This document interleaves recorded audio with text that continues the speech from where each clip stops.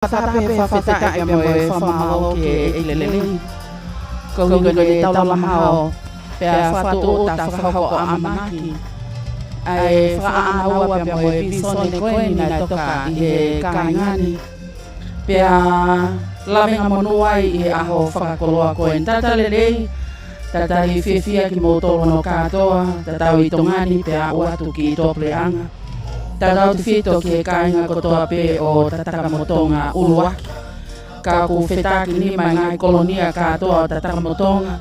Ke fataki ai fatongia mau inga o e aho ni. Ko e polo kalama o e aho ni ko e feitu koni o whakahoko ai polo kalama pe mo e teu o e hikisa o e whale loto o tataka motonga. O ku whahingoa mai pe feitu ko tapun siriva. Feitu ko tapun siriva. Ko e whakawhalaanglangi o e aho ni ko pilinisi tungi. Tamasi pilinisi tungi ko e hou eiki peia o e koloni. Pea ko e whaiwhekau o kone tataki pe ne whakakoloa e aho. Ko e eiki palestini peia o e siasue siriana tauataina o tonga. Ko e au hiki sā o e aho ni. Ko e kauhiwa o tataki peia he kauhiwa o e sesi Wesiriana tauataina o tonga o tataka motonga uluaki. Ko e lea talitali e whakahoko ia e se tuatalahi ko lele noa. Ko e se tuatalahi peia o e sesi himi uluaki. Ko pensi mani fifita nima ngeau fitunga fulma nima o himi.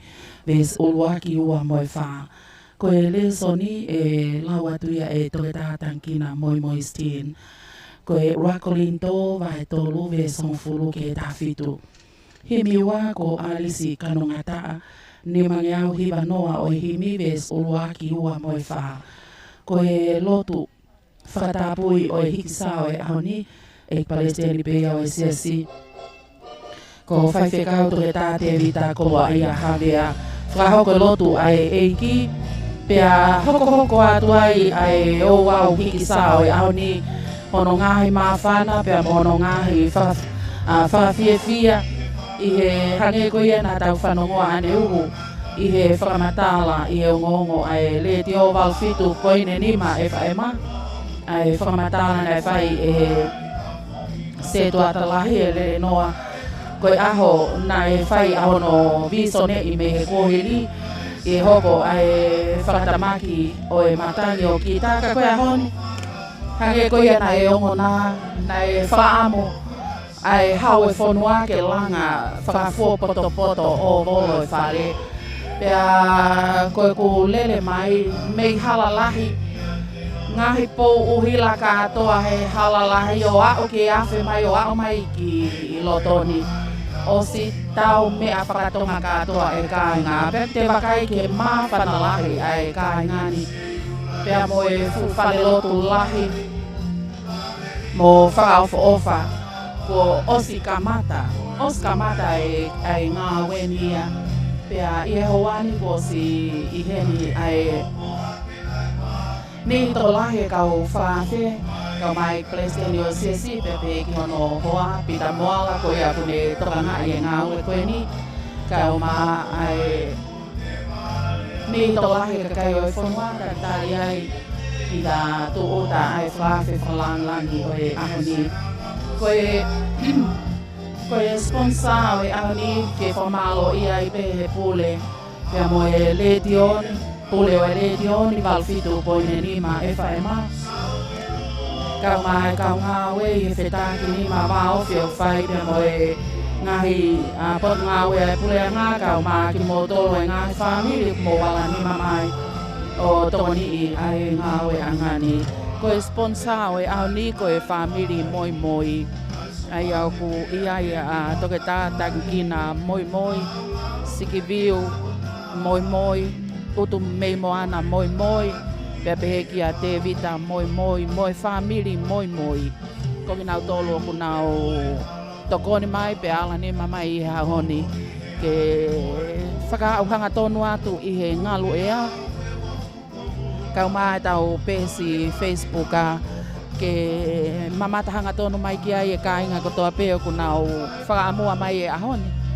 Pau pe koe ni i toko lahi ku nau wholau mai me i tō pleanga pea tali e toko lahi ke nau toki lava mai koe hui koe aho e hōwhi ai e whale lotu whakaofa ofa ko mamata ki ai e ahoni koe whale lotu ni o ku kongalahi ko si kamata e ngā uenia pea hange ko ia ko e whakamatala nai whai e lele noa ne uhi he o ngongo ai le ti o walfitu ko ine nima e whae mā amanaki ke whai ono hofi he kakato ai tau e te au o e lotu pea mo e konflenisi ai sia sue siliana tawataina o tonga fie whamalo ia i pe foki motol ko toa peo mo ka whataha ono whatake o ngahi whatongia ko toa peo e ahoni pea ku malawa ke mo mamata hanga tonu mai kainga ko toa pe o tungi kainga ko toa pe o tataka motonga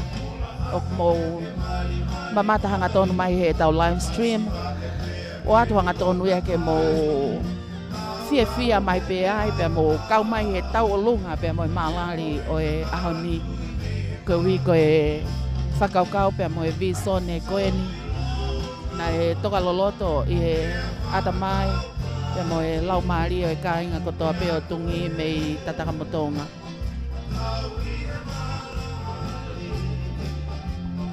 Whawele vela pe ka o whewhine ma whana pe mo e maalari o e aho hange ko ia mo mamatahanga tonu mai ki ai i he tau live stream ka o whine eiki ko nau heka wheelchair ko nau lava mai pe ka atoa e ahoni nau lava ka atoa mai ahoni ke kau i he maalari pe mo e whia o e ahoni. Ko tau whakanafonofo ku lotonga whai pe ano whakanafonofo. Ko tau taimi pe ko e tahataha. Ko e ki pe mea mai e tamapiri nisi. Pamalohat ki he Palestini, tayo maano hoa. E ki he Minista o moi. E ki hofonga e kakai. Mokmotol ko tonga pe ko mo ulawa mai e pongpongin. Kau kei whakatatari pe ko hui ko e tamapiri nisi. E mea mai kai kamata e tau katoa ngā. Hiksa o e ahwa koloa koe. PJ, toku mai beha tau ngahi fas, e whai eka tau whakamawhana. Malo.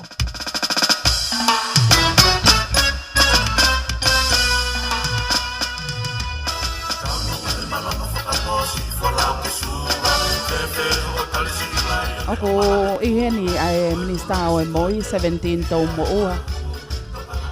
Kai o maa ai ni tō lahi o kunau te fuaheni ha honi.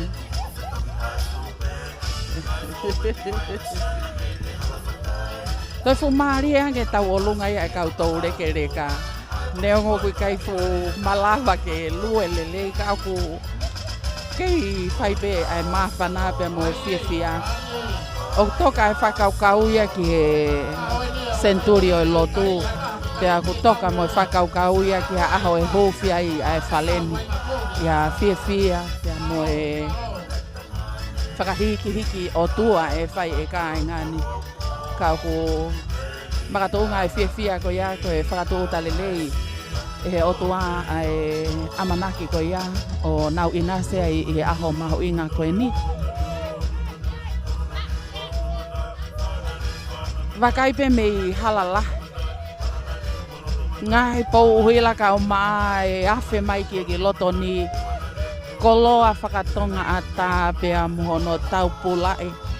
Ai hala afe mai ki loto ni pea mahino pea fia mahino nai kai si malolo e ngai fae pea kumooni ko e apia fafine ko e si kono whakamawhana i o e whatongia ko fafine pe mo ngahi ta whake ke ko tope i he pule anga o ko ka whataha e wholanema o whai e ngahi whae o malawa i ngahi whatongia lahi ko tope i he pule anga o tupo mo hou eiki ka o mai ngahi whatongia ke he i he whangawaka o e lotu o ko uhinga mali e mea ko toa pe ko no whakamawhanai e he ngahi whae. Mahino pe ko nau tolu na nau teo e ngahi whatongia ko toa pe talo mei he uike ko osi ane awhi pe a o mai ki he ahoni. O ko whakawhaofa pe a ko hono funga ni ko e alo maari e aho a fua lelei angi ki hono ea pea malava ke si lava mai e kautou leke leka mo ngahi whae koe oku nau ki i matu o tua ange nau lava o mea mai e ahoni ke kau i hono malari ai ahoni whanonga me he mahinani ko akosi whanonga ai ke tau fo koe ko whanonga whaingo fua. Ahoni e koe te tonu e ke tau toe nofo tau tolu halalo te niti. Ko tau toe pe e tau tolu ia pe me he tawhaki tō hema e palestini. Whai ai tau fia tuang e tau te niti koe na, koe hiko e kau whakawhi ke nau mea mai ai whakamalmaru. Koe ke tau tole tau te tangutu tau tolu tata matonga uruat. Malo.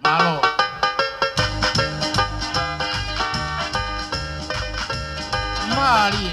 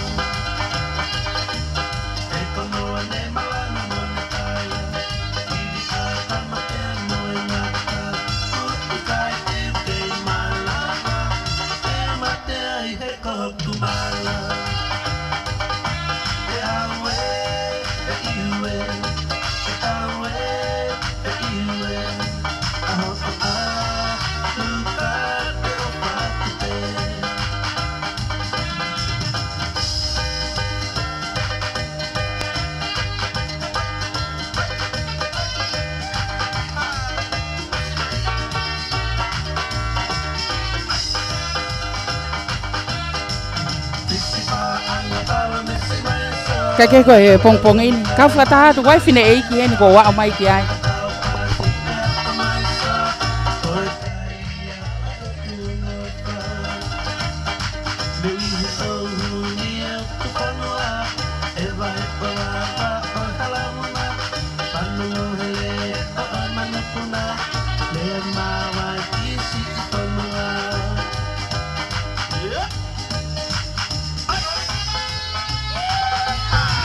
o ko wa mai ke fine eiki e tai mini ko fine eiki ko ni o ko he ka wheelchair pe te oanga pe ka ki whainga maria ke ni whahat pe no hingo amo no tau motua ke mamata hanga tono mai ki ai kakai ko toa pe i tongani motua puleanga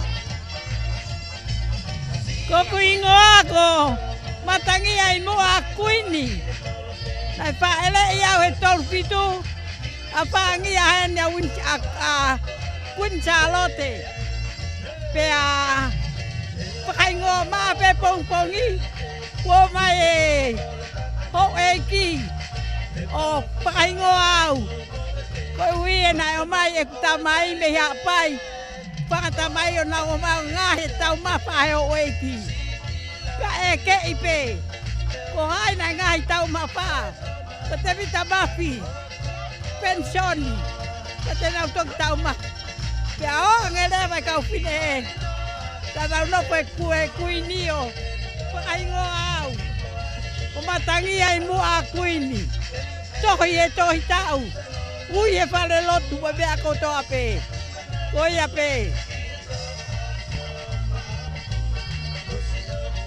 malo pito matangia pa fia pe ai a hanga tonu mai o atu hanga tonu i he ngalo e a ka mai tau pe e tau live stream ke whanongo aton mai ki ai tataka motonga kotoa pe fefe ai tangata eiki koe ni lawenga monu he ahoni koe mea whawhiawhia e whahape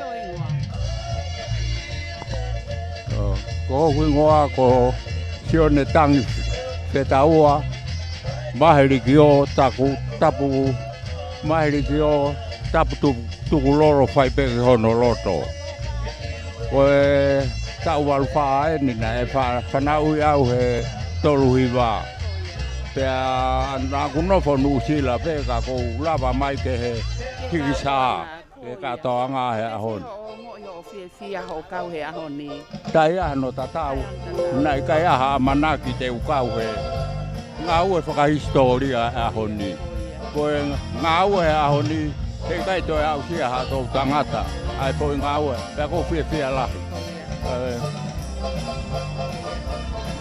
Malo o pito ni to lahi yang nau.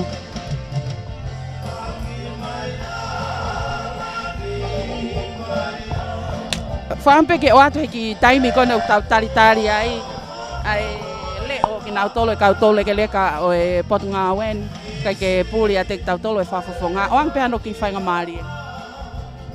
Ko wingoa ko Benjamin Vivita na ku se tuata lahi i e seasi ko ni pea i kai ko ia pe ka ko e sekretari ai talasi di he ngai tau lahi sekretari mai vahenga i e ngai tau lahi fia lahi au pito ko mau fale loto ageni ono tolu ko mau lak fale loto ko e fale loto paongo ne tu i e matatai pe mau wiki mai o i e fale loto ko tungi tu bofa penane whakahua whai a koe whare loto e tu u.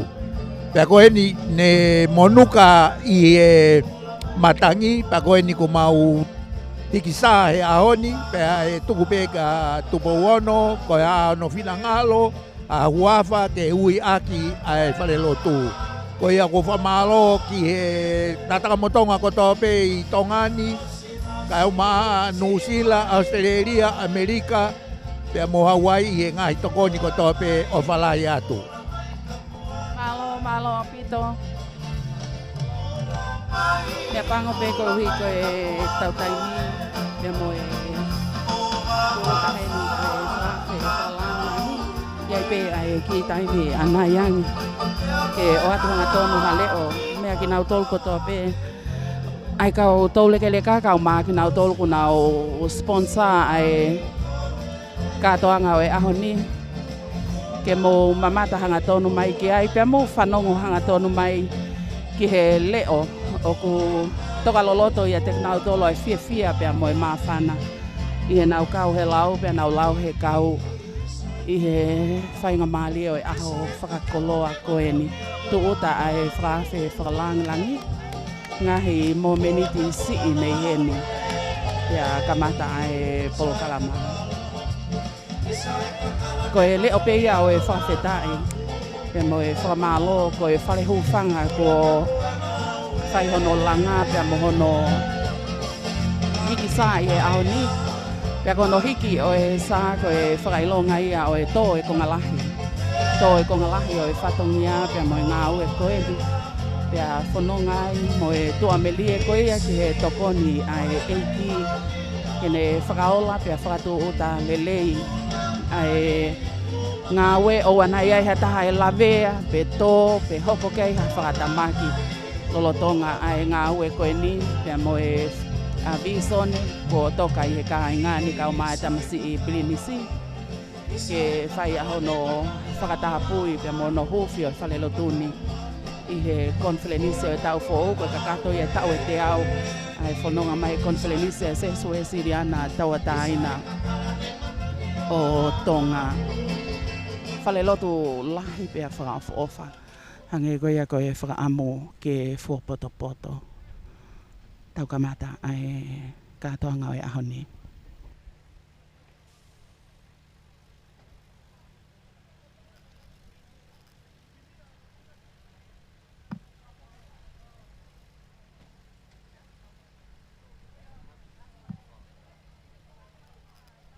Malo?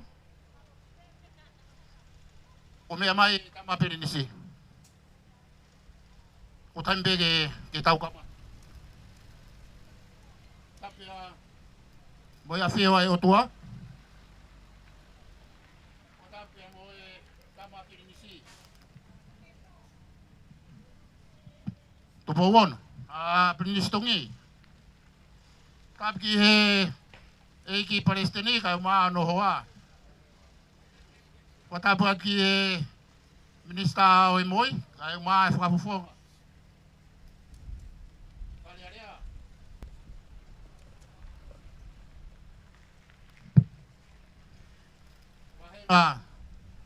Fika ulu aki. Patapki engineer. Pitamboala. Patapki he taki oe. Kauta hapuloka. La dolo ko mafatutuki ai fatongi ai ahokoi. Watapu atu Kolomatangi. Eu mai whakafufonga malolo pensiman fita pe moi siesi. Watapu ke kau whakawhi kodoa pe. Utau kau. Ihe o wau whakakoloa koeni ko hiksa. O e wharelotu. Na e monuka ko hipe ko e ngau e whakainatula. Ia wha ko ia ko kita. Whapitai ko ia haoni. Na tau whanonga mai pia mei he tai iloa. A honi ko hoko misi na tau tatari ki ai. Ulau maari e lerei tama pirinisi. I whingau e aki pia mo e Presidente Osesi. Engineer Pita Moala. Yeni ai minista oi moi kai o mga kinau tol ko toa pe. Kumu wheka wat. Whakakato ai whatungia ko ia. Oi awha koloa koi. O atu ai tali lo toma whana. Mo tolu ko toa pe. O lava mai ke kere. Oi tama peri ni sibe mo whalotto i tu. Tu pe moa. Vai no kai umatu yono. E tau hoko atu ki he tau. Polo kalama. E tau Polo kalama. Oi lava pe mua e kulea pe a hoko mai a pensiman fifita. Fai e tau himi ulo aki. O sia pe hoko e tau lesoni tankina stin moi moi. E ako himi wa ko aris karangata. Oska pe a fai a hono tapua ki o tau ngau e o fai e honi. E he tangata iki Presidente te vita koloa ia havea. O angerewa e kauhiwa e loto e ki. Ia whakahoko atu ai pe ai tau whatongia ko ia ko hiki ai tau saa. Ko tau whatongia ai ia. Ko ia kore ki himi uraki. Pensiman fita. Malo. Kola himi e kamata aki ai o au mamafa o e Pompongini, ko e hiki sa, o e whaleloto i tu u. Ni mange au, whinua fulma ni ma, mo kātake o mea hake ke tau hiwa. E taki au, si au mama, e taki au, o whaapuri ke au, ai hala, e taki au, ko e mo ui, ko e waha noa, e ofi mai, o taki ai whanonga.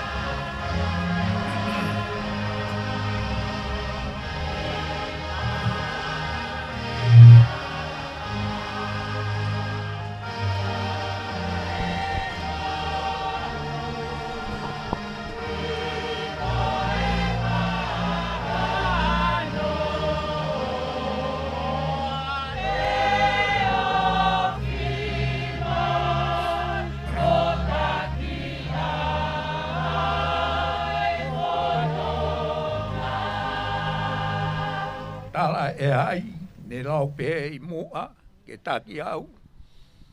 Tala e ai, ne utuku ai otua, ke taki au.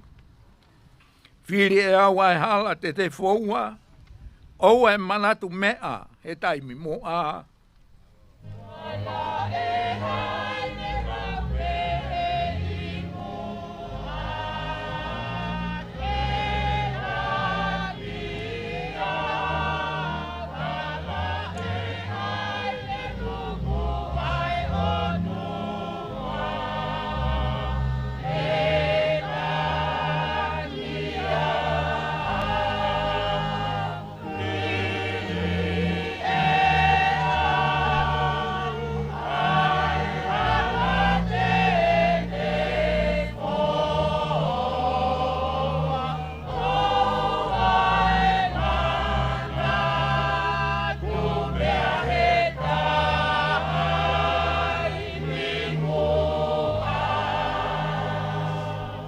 Frau si ko fotu tau mo si o tau i ofi ke taki au o hulu wa i hala kobi ke taki au tawa e hai te ke ri aki eni te ke au taki he fonua le rei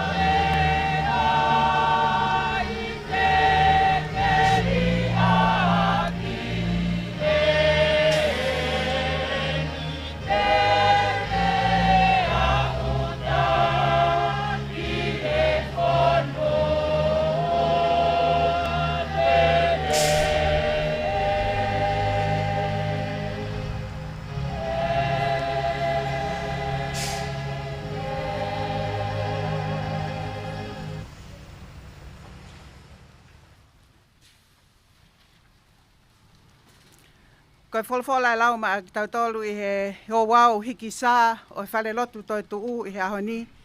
Koe uraki ipseri a paula ki he kakai korinto, wahe tolu, vesi hongo fulu ki he ta fitu. Uraki korinto, wahe tolu, vesi hongo fulu ki he ta fitu. Ko au I he eku whai ake ai keresa o tuana ane o mi, neu ai makatuunga, o tau, moha tufunga poto. Ka koe langa hake, o ku whai e hataha kehe. Ka ke takitaha tokanga ki hanga o ene langa. He koe mea ki he makatuunga, tala e hai, e lava e hataha ke ai moha tuunga kehe. Ka koia pe na e toka ai ko si isu kalaisi. Pea ka whai e hataha ene langa I he tuunga ko ia, o ne langa koula, siliva, maka mahu inga, akau, musie, peveve, pea e whai pea e ai ngā ue a tangata taktaha, he e sivi ia e aholahi, ko hi ko ne hoko mai mo ia afi, pea e sivi e he afi ko ia ai ngā ue a tangata taktaha pe kuo whewhe. Ka pau e tu ai ngā whaahataha I he langa whare, tene mao totongi. Ka pau e vela o auha e ne ngā whamea, e more ne totongi. Ka tene hao e ia, kai hange ha hao me he loto afi. O ku kai te mo ilo koa ko e te mi pare o tua aki mo tolu. Pea o ku whare ia te ki mo tolu e he lau marie o tua. Ka mau e hataha e te mi pare o tua. E mau e he o tua e toko taha ko ia. He ko e te mi pare o tua o ku topu tapu. Pehe foki mo ki mo tolu. Amen.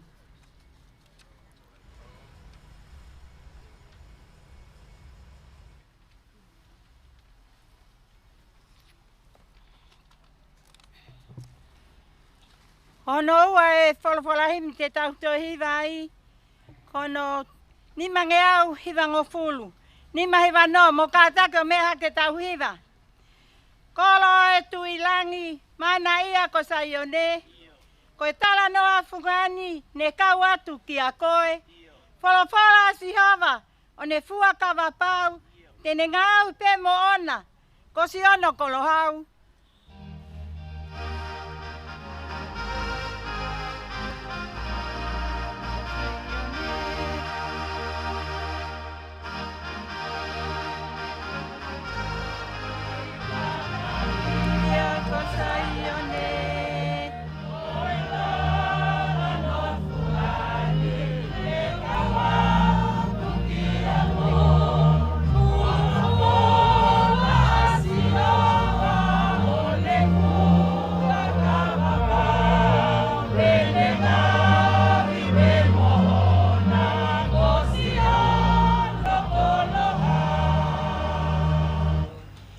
ia ane tu maunga, e ene ngahi fukakai.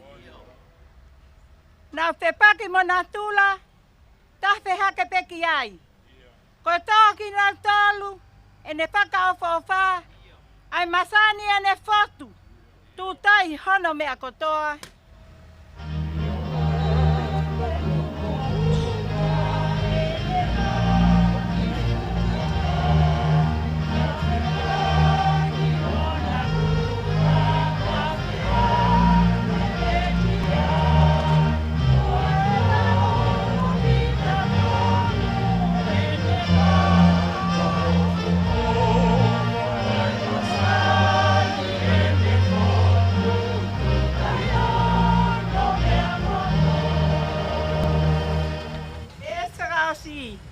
Pange ko whare mama, ene tū maunga e. Whakahala si o anga, he whanua fuape. Nā raraka hano mama, ilo mea masani ai. O ngā mai ai tae ngata, ki te ai whanua ko langi.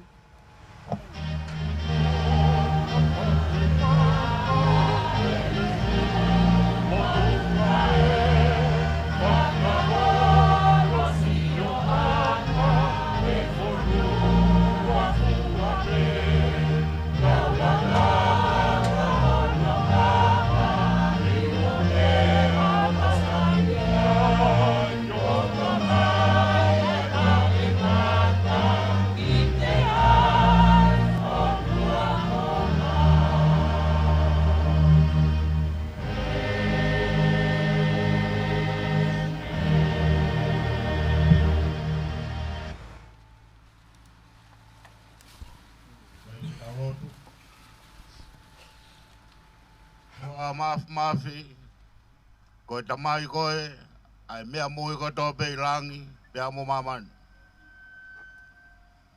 Abien ko tāpun siriwa. Whakahawa te mau whakawhitai, e tau ki langi tau pot. Ai kroa e langi, moi ngei a ko tō pei. O kwae a Fiona ia. Ko ke mau tol ko mea whatupu. Nā ke whinangalo ke mau tauhi, ai māma nā ke nā. Whakaangai ne mau tauhi o whakatupu. Ke whai ai lotu, whai ai ako. Tokanga ke ngai whamiri, ke whakarakaraka. Pea mea hene a Penis Tungi, ka mai Hawaii ke kai ngan. Kromatangi, ka mai kau tangata iki. Moi ngai whae a whamiri o tāpun siriwa.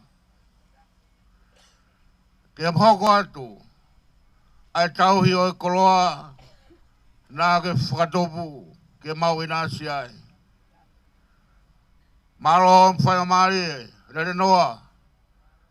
Kau mātu iono, moi siasi, moi ngahi, kau ngame. Tufunga e, kau mae ensinia. Whafuka whanere au mau wahenga, ka koe egg minister. Moki mātolo ko toa pe au ki tongani, ap ko tā punsiriwa, mea mai mea moi otu murina. Mau whatahataha mai ho mau roto. Mau whatahataha mai he mau amanaki. Ke hoko atu, e mau tauhi, o e koroana ke omi, mo e whahinga tangata. Nā mau heni pe, o lotu atu ke whakata o whakatupu ai whanua. Ke tohoki ai a ngahi pou, ke whangai ai whare lotu koeni. Nā mau heni pe i ahoko toa pe, whatoka hono makatunga, pea whai hono langa hake. Mau whawhetai atu he poto, mo hivi mo e tau kei, o e kau taharanga, mo ki nau tolu whakau to uta, ai whatoki ani. Hange e peko ho whakatupa mamani, nā ke ato agi e ao mo ngahi whetu u. Pea whariki ake e musi e, ka maano ngā i moonga mo te rea. Ka kua paupe ke hoko, ai mea kulanga i olunga, mo mea kulanga hake mei laro. Koe aho nia eiki. Mea mai tampi ni si mo e kai ngani, pea kumau hang hake. Ke hangai pe koe tūtui nai whai, e kai beto ia makatunga kehe, ko sisu Christ pe. Pe te maulanga ke koula mo sileva pe, langa ke a kau muha bebe. Ko mea mahuinga ke a fio ia a fiona. Pe kui kai te ke toka a fio mai pe ha huf pe whare koe ni. Nā maulotu atu ke a fio he kamatanga. Pe koe aho ni au mau whakatau wholofora atu. Haere mai au whakangofua. Atungi pe moe ngā weni. Ke hoko atu. Ke iaiha ato whanga e marohi. Ke whakamau luta e lulu mo tā. Pe ke hoko atu e ngā we. Ke tūtai mo masani. Hange koe au mau hiwa aki. Ke whakamau popo kotoa pe ia. Koe tempare e whiona ko mau loto mo mau laumari e. Koe mea kulanga aki a kau mo mea whakatopu. Koe nunu mo vete pe i o ao. Ka koe maulo tu ke tolonga. Tolonga e tala o e tāpun siriwa. Tolonga e lotu atungi. Tolonga e whio fofani aho kainga. Pea ke hoko ai pea whare koe ni koe whare mama. Ke maranga ia e ho whora pea ke ilo tua i o kainga. Pe helo nai aha aho, pe mau unu atu. Ke taloni oi a whiona ku iai ha mau tau. Ke whakawhi ao. Ke taloni maafi oi a whiona. Tāpo ak mai a si kau tangata i kini ka mai ngā whae. Tuke mau maafana mo whia. E koe fu ngā oi mau ngonga e ni o kuwhai. Oi kai ngata peita taka mo tonga, koe ngā oi mau ngonga e ni e whanua pe mo tonga. Koe langa lotu mo tauhi, koe whingaro lele i o a whiona. Tāpoa ke si whai whikau, ko omi kene tauhi e kai ngani. Ka mai ngā i kau ngā api kotoa pe mau whatahata mai. Ka mai kena tolu whanonga mai me o mulina, mau punau kotoa pe. Ka ia mau mea mau siriwa i kai, koula, hara. Mau lot pe ke a whiona ke whai e mau masiwa. Ke tokoni mai ke whahao whi ngā weni mea tū tāmaki. Ke tokoni mai ke whakakate ngā weni koe langrango ia whiona ia Sisu Christ ko alo kako mau whamui. Amen. Oh,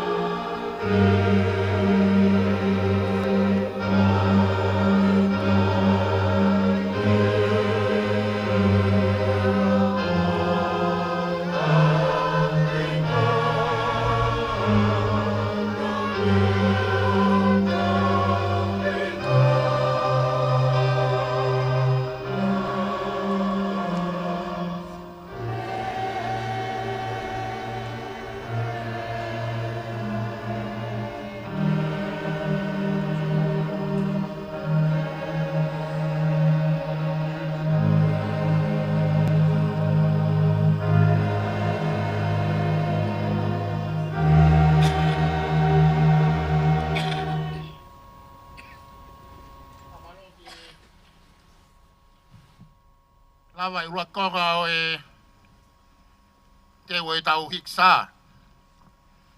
E konga mahoinga e ni o ku tau hoko atu ki ai. O e whakakakatoa e laku e tau sā. O manaki pe kaunga au e ko mou mau maari e ki e heke o e tau sā. Ko e sā uluaki o e ahoni. Ko e sā e tama piri nisi tungi. O mole mole tau wharetap. Lava mai ke whakakakato e whatongi a ko ia. Ai sā e tama piri nisi. Ka tau hoko atu e tau wholau. Malo.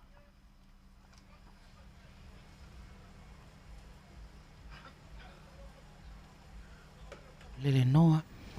Ko e se tuata lahi ia. O e potesini. Pea hange ko ia kune whakaongo atu. Ko e uluaki sā. O e katoa ngā hiki sā o e ahoni. Ko e tamapilinisi. Ko tamapilinisi tungi. Lolotonga ai lele mai e polkalama ko i loto pe kau ngāwe. Ko i loto pe kau ngāwe, kau mai kau whewhine. Whai hono teu i ngahi sā kau mai. Kau mai teu koe wakai koe ke whale lotu hange koe aku mou mea i ko os whakaongo atu. O ku hange ni koe whale lotu koe o toloa o fo poto e. Kau mai whale lotu o kolovai, pia koe moko ia o ene awhio ke langa pehe i e whale lotu ni. Pia kui kai koa maa koe anga pehe si o koe mei he tafa aki e taha koe koha mea whaingo fua hono pelo e papa mo e haa fua ke mau e ai whakaukau ko ia ke fo poto e whale lotu nu. Ka koe wakai ki ai lava lelei pe i hono whakahoko atu e kau ngāwe. Pia o kui loto e kau whewhine ke whakahoko ai uluaki sā o e pongpongi ni ko tama plinisi tungi. Tapu ki he a whio. Ai toru taha i otua ai o tau rotonga. Tapu ki he tama pirinisi. Pilinis tungi ka koe mua ki o hatakara ua. Tapu ki he tangata e ki Palestine o siasi. Te vita koroa ia havea. Pangalai. Tui ono. Kaukore, ke hufanga atu he ngai tala whakatapu. Kamata ke takatoanga. Hoi aho koen. Ka tā mōku. Ke whakahoko atu hoku whatongian.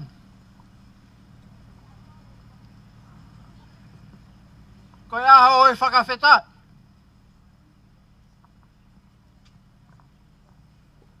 Lau maari e rere ia rotorangi. Kai whakahoko e aho koen. Tiono. Kua tarake ki roto tatau. Pehe ki he o tutongani. Pehe ki he o pe.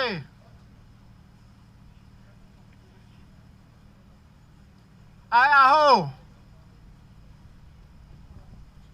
Mono uhinga.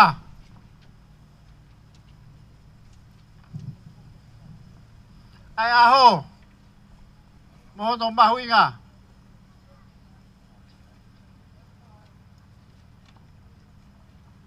Pakawheta. Me te ai e tamapirinisi.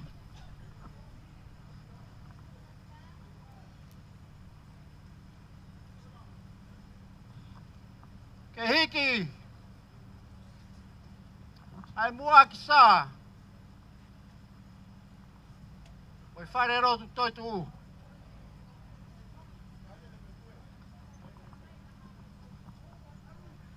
Pehe ke tau noa.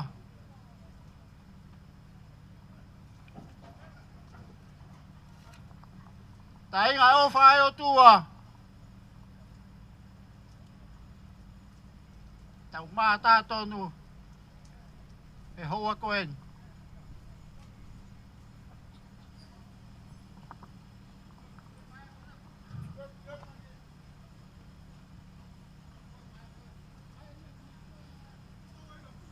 Koe mua ki oi. Whakawhetai. Whakawhetai kia Sihova e oku rere ia. E oku toronga o tae ngata ni alofa. Ka tū mau e ne fuakawa. Ki he tau tangata, mo e tau tangata. Ta lawenga mo nuai.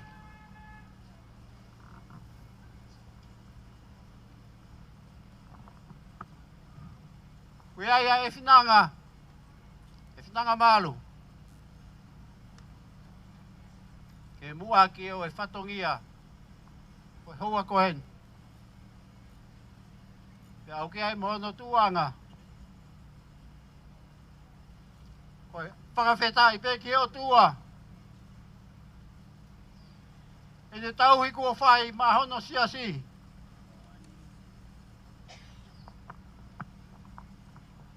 Kia e tala monu atu. Lere noa whakatawange. Tau mau haho kātoanga fia.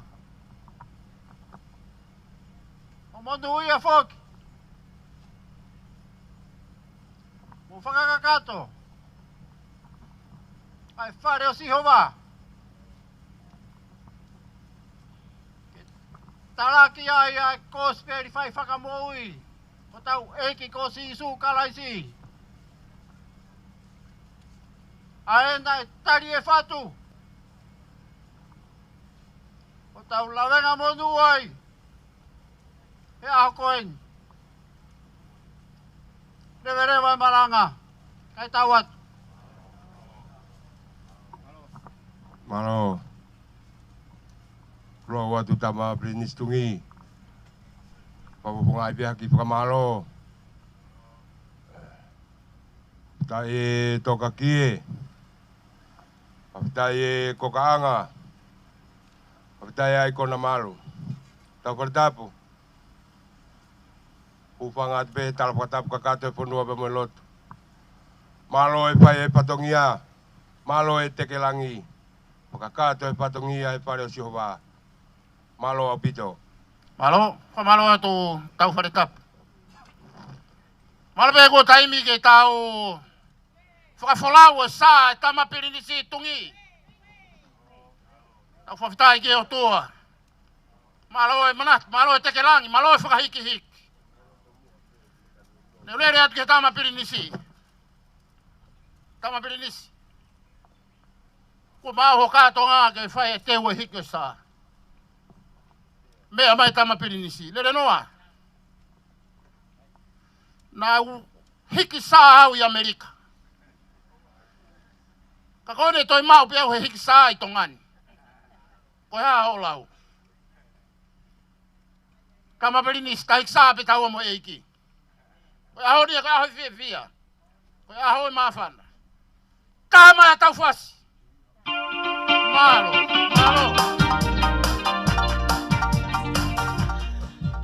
Ka take mo ai whare o tupo pia mo i hou eke o e whanua ko hai ha taha e to e ta otu whiawhia ai ka inga o tungi pia hange ko iau mo mea mai ki ai e tau live stream mo mamata mai ke ngai sa ko ene o ku osteu he kau ngawe ai broka construction a te vita puloka whafonga ia o whalehalea ki o tonga tapulu aki. Nau tolong nau whahoko ai langa koe ni. Kau whewhine pia mo no whahoko e whatongia i ono teuteu ai koloa o e aho kau maa whoki.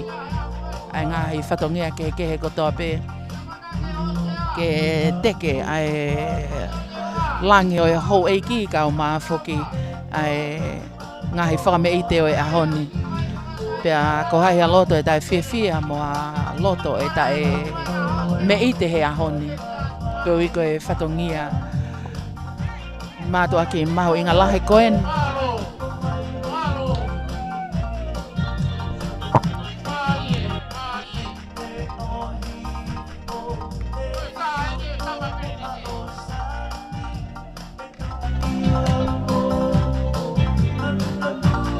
Lolo tong koia ku teu mai pe kau whewhine me e tawha aki mo e hoko atu e ngahi sā mo e ngahi whatongia o e ahoni.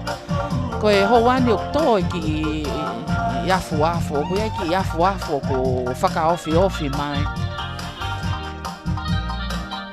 Wepe e amanaki e whainga maari e koloa ata e whale lotu ange koia mo mamata mai ki ai. Hono ngahi pou ka o maa ai kakaanga koe ki he loto whale lotu pe koe ngā ue koe ni o tau mamata ki he ao ni pea ko mahino pea e teo lahi e kai ngani pea nānau lotua ke langi maari e anatola pea toka maari e mea kotoa pe ahoni. Koe ni ka kai toko lahi o kunau lava mai ke kātoanga o kunau nofo mai pe i he loto ata. Koe ni toko si pe a kunau lava mai ke teniti. Koe konga lahi e kai ngā kunau nofo pe me i he loto ata. Ai pe ia ke pehe ko ui koe kātoanga o e ahoni. E whai e una loto pe mo e visone mai. Kia he ahoni, ka ko whakahoko e he eiki e misi ko ia o mooni. Pea ko hai aloto e tai whiawhia ai. Whamalo ia i pea ki nau tolu na nau sponsor e kātoanga o e ahoni. Whamalo ia i pea ki nau tolu ki nau popo mai ke whamawholahanga tonu atu i he ngalu ea. Ai kātoanga o e ahoni, kātoanga hisa.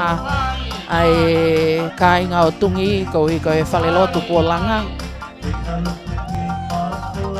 Te whamalo ia toke tā tankina moi. Sikiviu utu mei moana moi. Te vita moi. Mo e kotoa o e whamiri moi o tatau i tongani.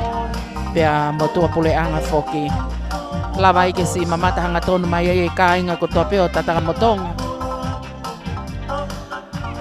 O nau i toa puleanga hange koe whamatala e tangata eiki na e lava mai me i nusila.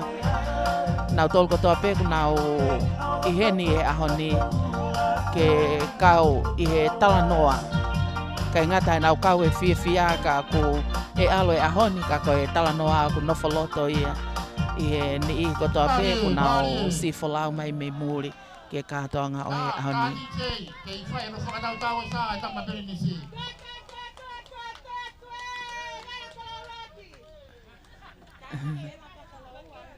Mo mamata hanga tonu mai pe i he tau live stream.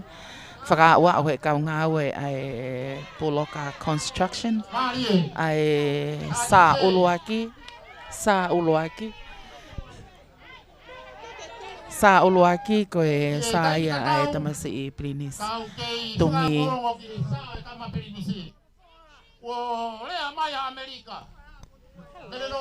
Ni toko lahi whaka nau tōku nau popo pia nau toka ngai kina e ngā ue koeni o ko whakalangi aki e tamasi Plinis. Whewheho mo te ma whana pito.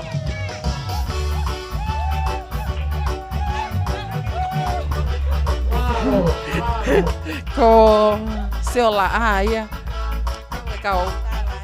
Kau e kau ni i he ngahi whae ko nau i he nanau whai e whatongia o e tamasi Plinisi.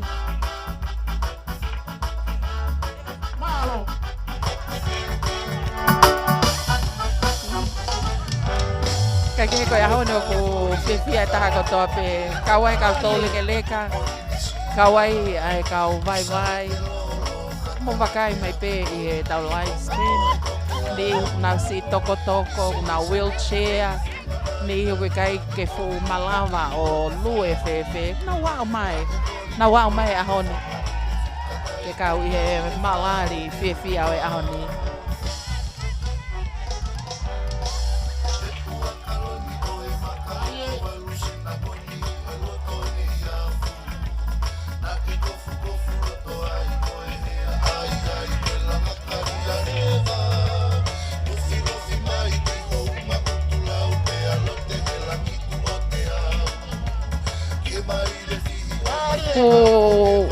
wa o mai fa e ko ni ke feito o mau fai fatongi at me o ata pe ano fai nga mari ko au elen tuiono o ngo yo ka we ka to nga o ahoni aho pakafie en ta te mo ui e wa ha me pen ka ke ko e nga hai fa e o na ka we fe pe mo malari o ahoni Kata te fito ke nau tolu nau mo ui. Tala noa o e ahoni na e whakaamo mai ki ai e kakai tō lahi me ko hili. Ka ko nau tatao mai ki nau tolu he ala whono ngā. Koe ni I koe nuk nau ki I nasi he mo ui.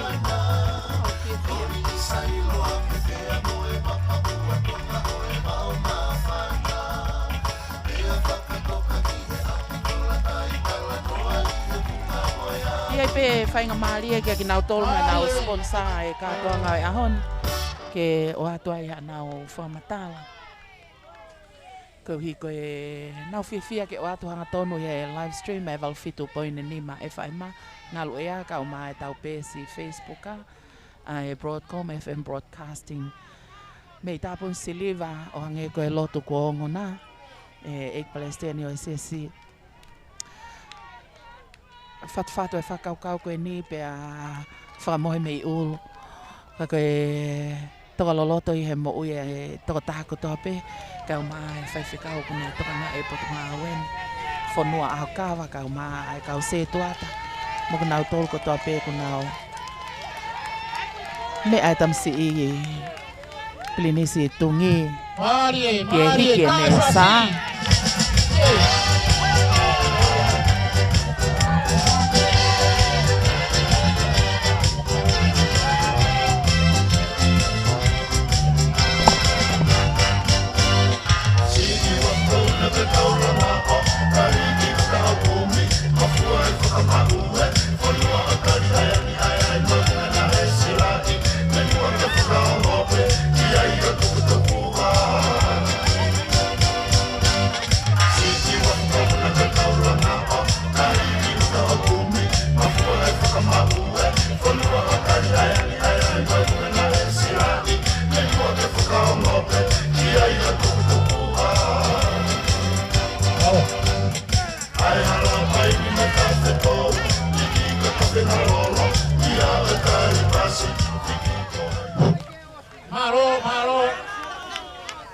Mua ke whakapolau o e sa tama kirinisi.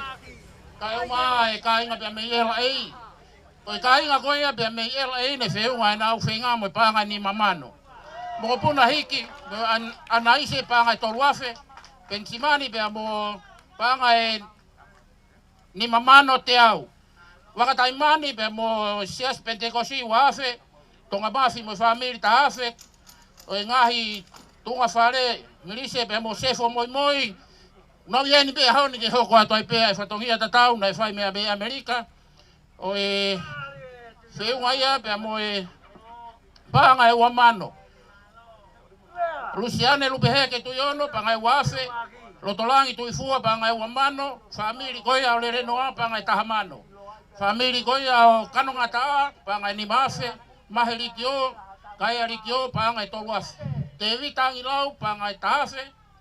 Ko kolo lea kini panga e ni mafe. Te wila tu yono panga e fitungiau.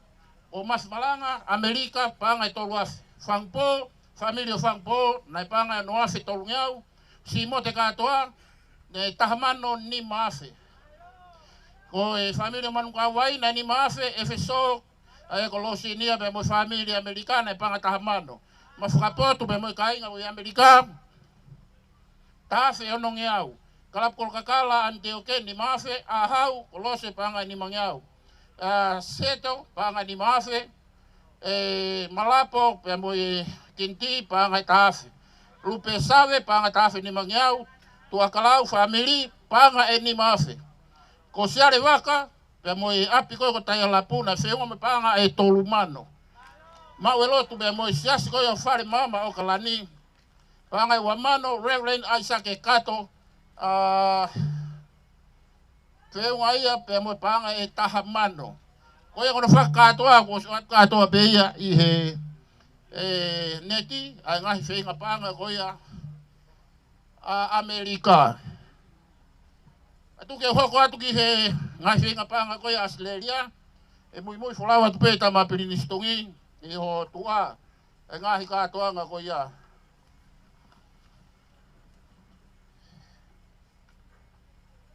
si markato fe ko ho neti ia hara vega ki kumi hake ku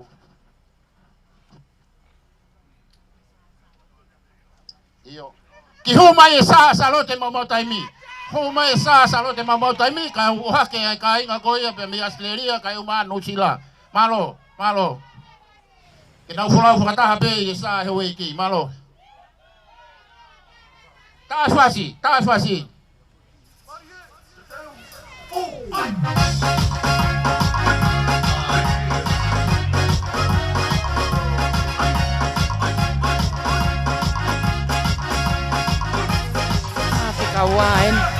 Safi kawain ni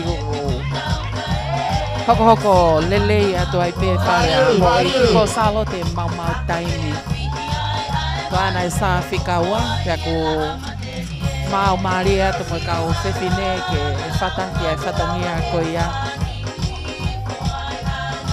lo tongo ya ko e feito ko ni ai taha ke na tolo na o kau yo no sponsor ai kato anga fia o ahoni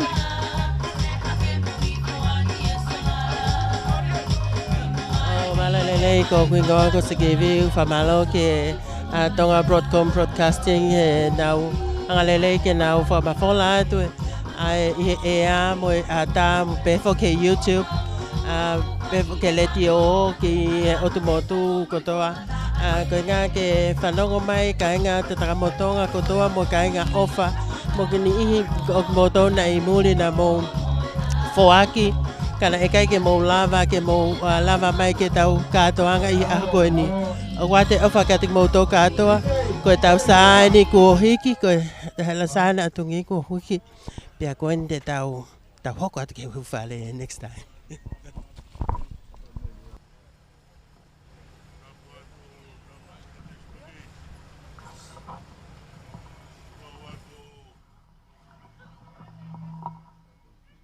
no ga ma tuyono alo mo panga I top tabu ga mo tala fuka maunga e aho ko foto ko fai ko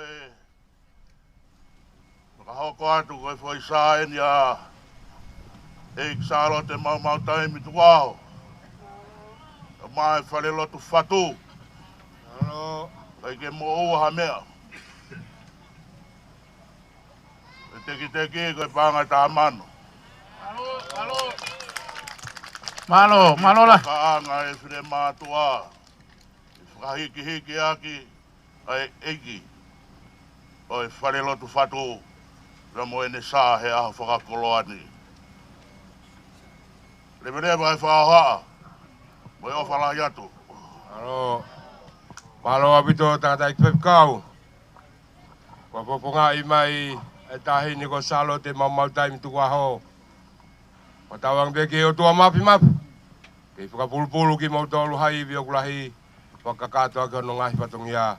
Malo apito. Mari tamai nafas.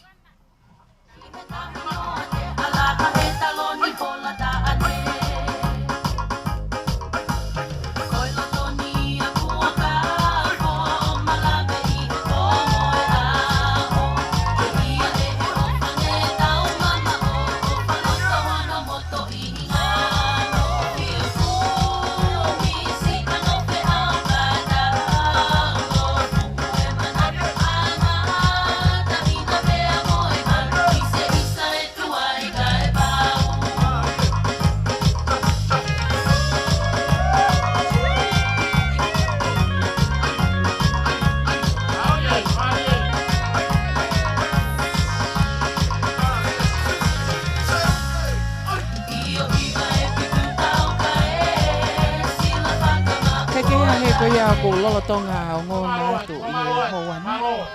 O tau polo la mai te tau tataki peke hoa pe ua. Malo abito. Fai kau kai o mai se asi taini ko salo te mama taimi.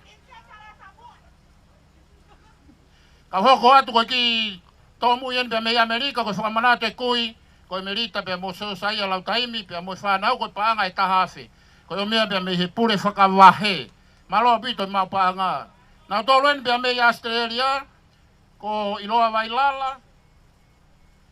Ko tawaika whanua se mista ai mo me lawenga tonga ane takataka mo heneri wa tangi ana tuputau me hapi ko tai alapu o e whangamokopuna maumalanga se asto kai kolo ya kalaisi wakatai mani milise haukoloa ko e whangamokopuna o lotolangi sio saia se asto katata la mona e mo ko whangamokopuna o alilia rea e toa, whanau me mo whangamokopuna mas malanga, ko nusi ka eu maa veisidia, famili o lere noa, ko e whangamokopuna api ko ana manu, api ko ahau, whanau me whangamokopuna hola pe mo unga whitikefu, ko e whas mo afi atungi, pere naise, tuakalau, ana se ini ve iongo, sia pe mo lea, whanau me mo whangamokopuna api ko hamea, sa u tata pure la a tu ione sereti mele la galaka whanau mo whangamokopuna o ne hasi famili o apulos la tu ni pulu ko e ofa pe me i Brisbane sereti wa o motou me me api ko siare o kalset lo mori te vita tangataka Brian ni sitimeti e mo whangamanatu o fusi e mo hala mehi tu iono e whaiwe kau ko kamaloni tu iono e mo tau olunga tāpuni na e whaia he whangamokopuna o te vita mafi o whakakatoa na uofa koia a Australia i he nau whinga panga taha kilu valumano valuafe valunge au anima ko katoa ia ai panga ko ofa mayaki ki he ngau e asiasi pe kawai mo laksa i he ahoni koia, te tau hoko atu lewa, ki he sā, ko sā ia ai tangata hiki Palestini. Ia ko hono whakalea, o peheni.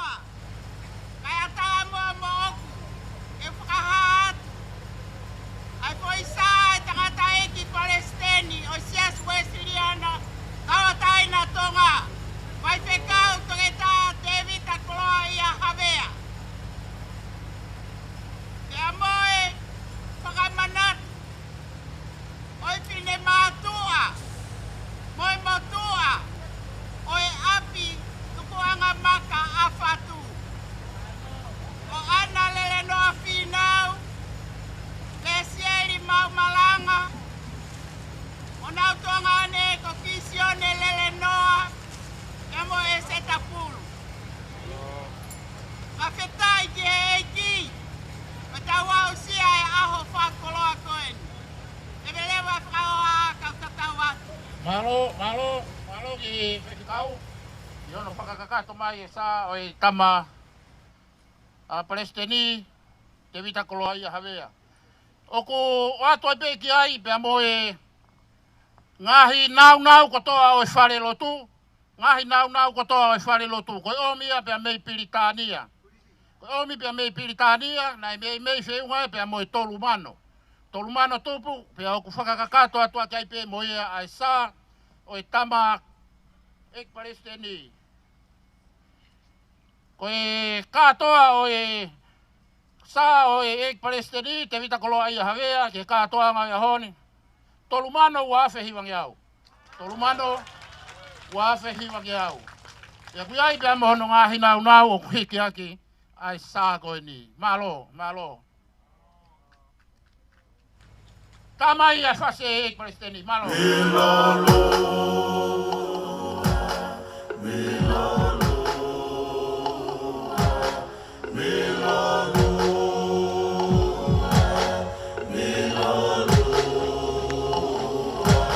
Time is the original Tucker Blue Bar.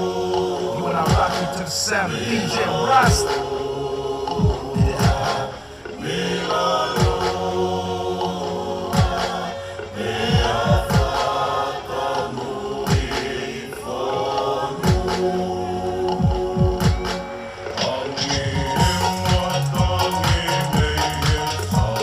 Pilihisi tungi kau makoki salote mau taimi.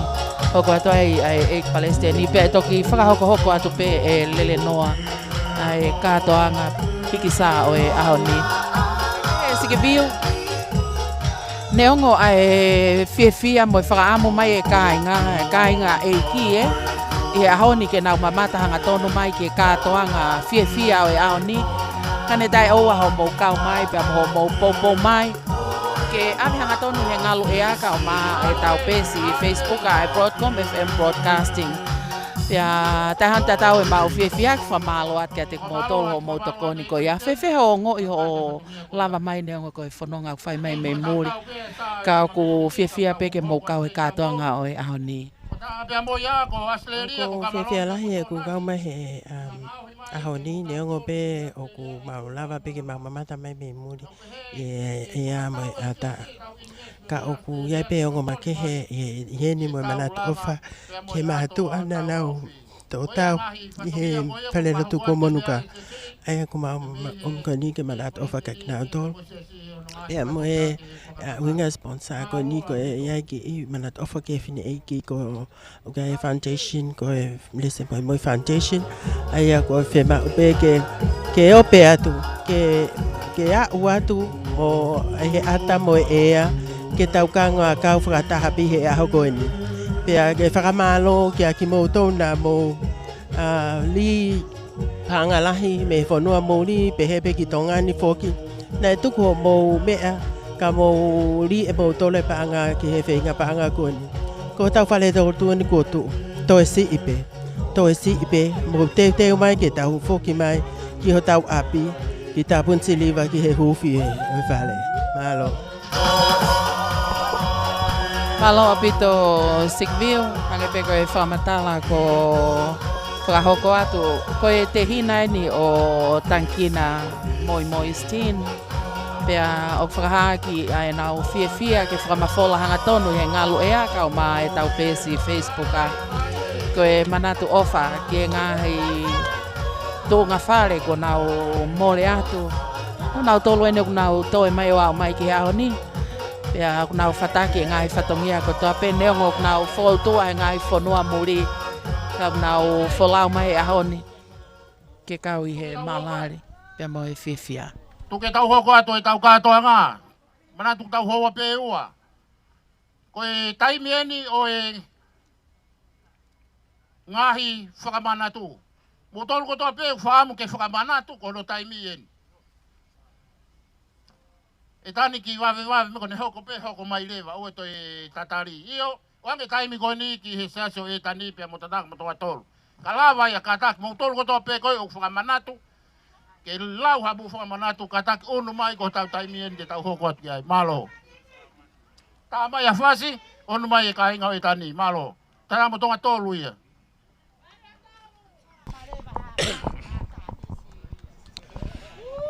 Tau whawhitai ki he ki. I he tau au sia whawhawo koe Naomi. Ko he ki peo ki waka. He koe sia si koe waka au wholau. Mei taimi ki i tāniti. Tau patu momo e hau. E ki hamata pure. Tau mo e ngahi whakatapunga ko tau peo e Tohi angani. Kai ata mo motuani e whakahoko atu e foisa tamasi ko e tani ha mea tu aho kaki a mea mau e whakahonga aki ai aha koen Oki lai veve pe lere mai mo e tine mātoa e siasi ke kaupe he maalari o e aho e ki ai kona malu o koko mehe tangata i whewhkau mo e mātoa e siasi o e ki tahamano pe e whai aki e patongia tamasi ko e tani i e whata whakoloa koen Malo obito. Ta fasi DJ. Miliki pe, hape rekodi pe.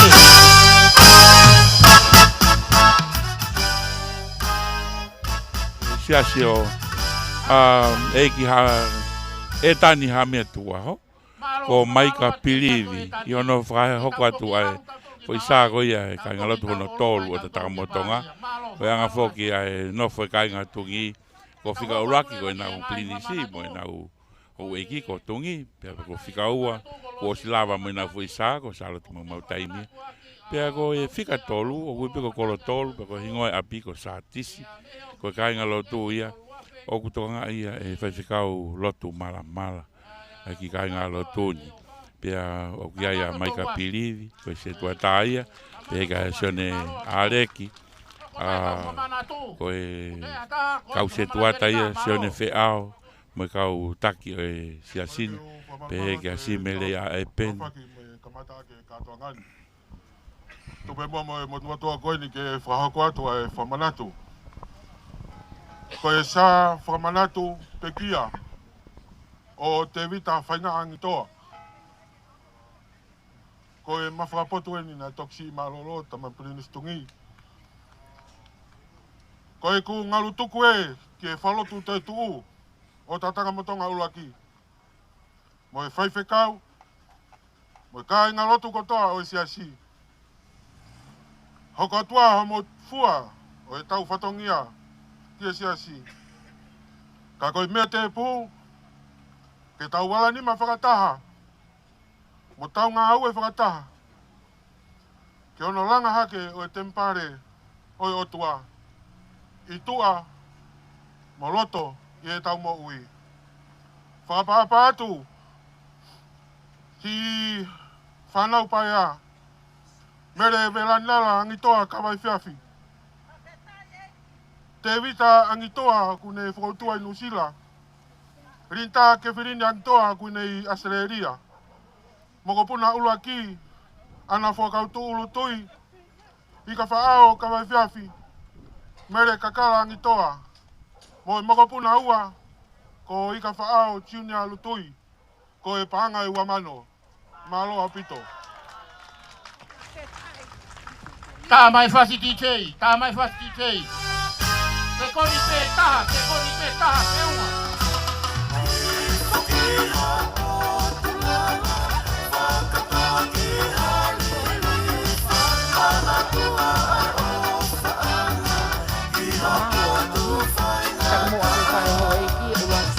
Ko e saya a plinistungi sa honoa ko e saya sa lote mau taim ai ko ngai kolonia ko na takita tu pe ai fare a ho eki sa fika tolu ko e saya eki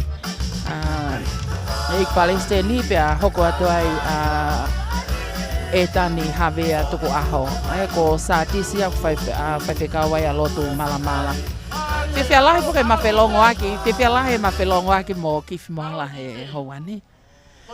Ne ngo ku. Mana tu ene fana mo sama mo puna na ukui mo tamai ko afitu maka. Ipiena maka mo apina kato. Ko fana ko Williami kato Isake mo tarin pensiman mo ri sakato. Tahi mo riri Wesley ana seini mo teau. Famo puna mai le lauri apina ana sateki tarini Hawalo whaia sa resi se kina mele pipiena i sake lupe tule lei Elisapes.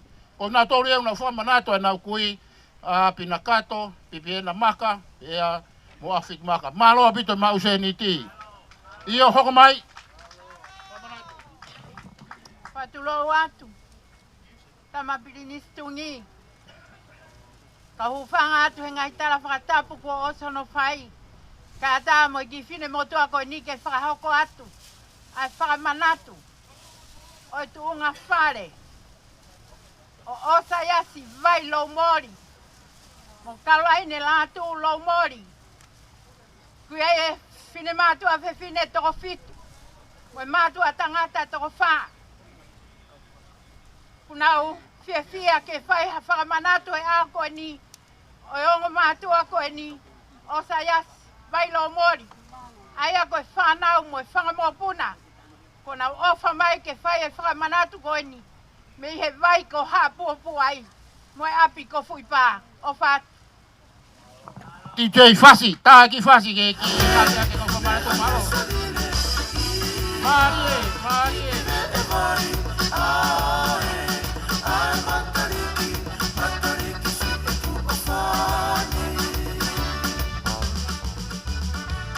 Ka kehe koe ngahi whamanatu ia ko ngona tupe ngahi whamanatu. O ka nau tolu ko nau mo atu e hala whanonga koe ni.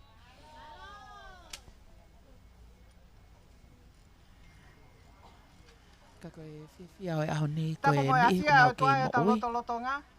Tapu mo pilistungi koe eiki no pere o kolo kakala. Tapu me palestini o sa utata Reverend Dr. Te Vita Koloa ia havea. Lele noa ka takpe mua whakata mai ke ngawe aki pea whakatapu ko osi muaki. Ka ata mo fine motuani ke whakahoko atu e mau whakamanatu o ki nau tolu he whaamilini ko nau hiki atu. Ko e whakamanatu ni o mga tuunga pe ia i he ofa mo e manatu melie mo fungani ka tek nau tolu ko nau mua atu. O ku konga ua e mau whakamanatu pe te ua koren ki hoku ki toko osi isi ke kamata ia pe Oscar pa te utu. Malo ko e konga ulaki e mau ki sa whakamanatu, ko e whakamanatu tia ai kui mo e ongo mātua e mau whae ko milise moi.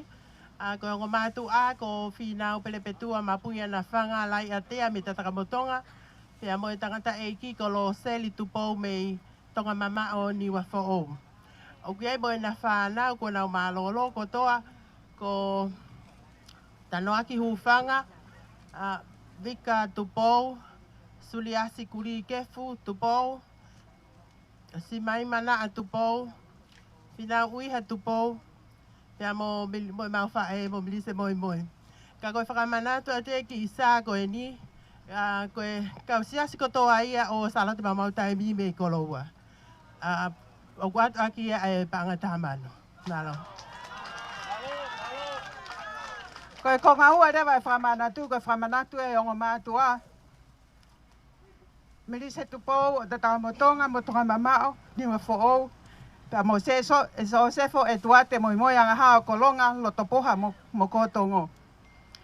O koutu e mo menitini ke whakafunga ia tu e kotoa o mo whanau, mo whangamogopuna, o nau i heni, pa mo muri foki, he kake utoi lau atu ko nau toko lahi.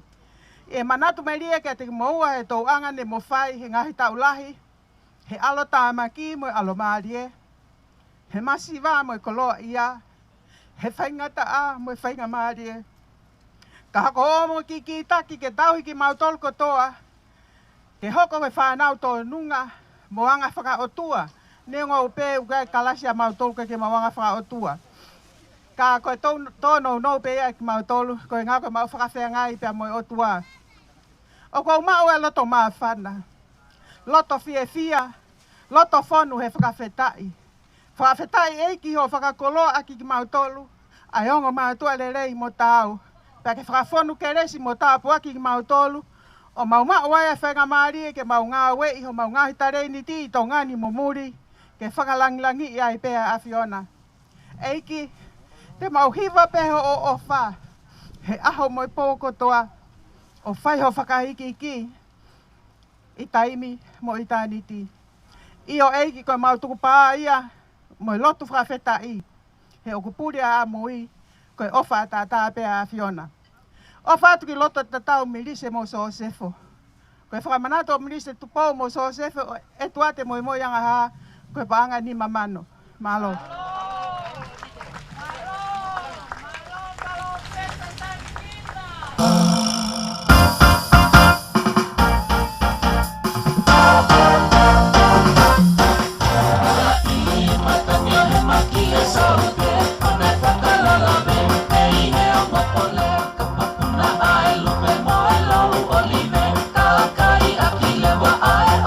Koe aho foki o e fia mo e meite. Pea o ku foaki e koloa foaki mo e paanga e kifi e. Koe fia ia o aho. Koe ia Naomi, whamawhana mone te siwa ki ai whamiri ku ilonga hai Naomi koe i kai ngani o kunau toko lahi au pito. Ka ngahi tunga whare. O koe pe foki ngahi apitala. O ku ngai api o kuiaki, o na ngai ingoa, hange ko maka, o hange ko hamea, ko watulowa. Tuke hange bea uole vai a mo whakala ka koe mo ana manu. Ka koe whamiri ko toa peia, o koe po na ngai api na utolu ia. Ka koe katoa ngoni talumine tau e ua. Mo hange kune uki mai ngai whamiri mo ngai tunga whare. Pea toi whetu mau take ngai ka inga. Na mau ilo ia i tako mau whela lawe i pe ko toa pe ka inga. Paka mi whamawhana i. Ko pe nui tako sia Naomi na mau katoa mai tong motungi i asel i no sila. Aia koe hoko to tonu e tau e wangea ue hake mai a misa lore. Pea na mau ia i mo family lore o whae aho tataka motonga. Pea hoko Malo, avito, malo, avito tangina. E nai whaamu ia ke hufi whare tau kosi.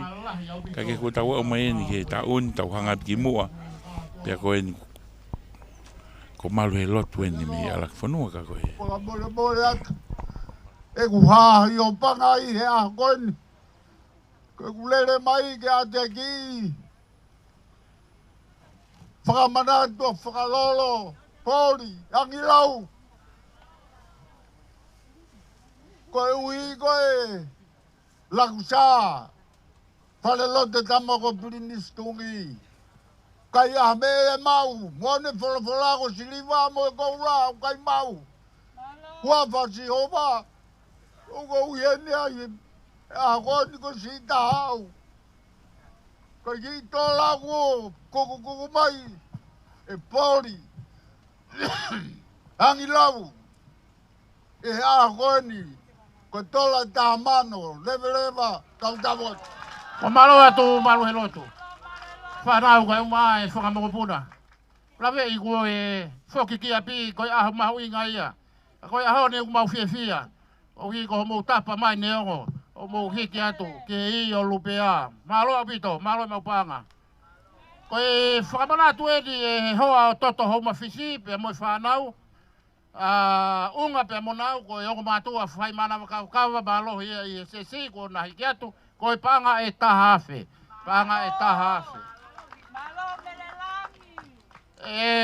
Tama pinistongi e palestini o sesi tu me mo ke uki lafo atu ai ki foi sa koeni e talo no langa o nga au e koeni i ho fai fekau na whakahiki mai ke potungo we pe fai ai whakotu pe mo langa o nga au e koeni te fai tō ni pe ai konferenisi ke hiki atu ki kolomu. E kai koia pe ka koe ni mga awe no siasi. Na ne fai matia kai mao no hoa. Kuna ihe ni moktau tolu ya honi. Nengo kuna fai fikau malo lo. Pohi wa kai mga moala ko uwalai atu. Na takamata e ngā aweni. Ahori ko ke ofa mai ke foisa. Pangai tamano. Tahaf. Ko ngau na takamata. Malo ofa, malo lot. Tama aki foi fas, fai lo ayak, malo.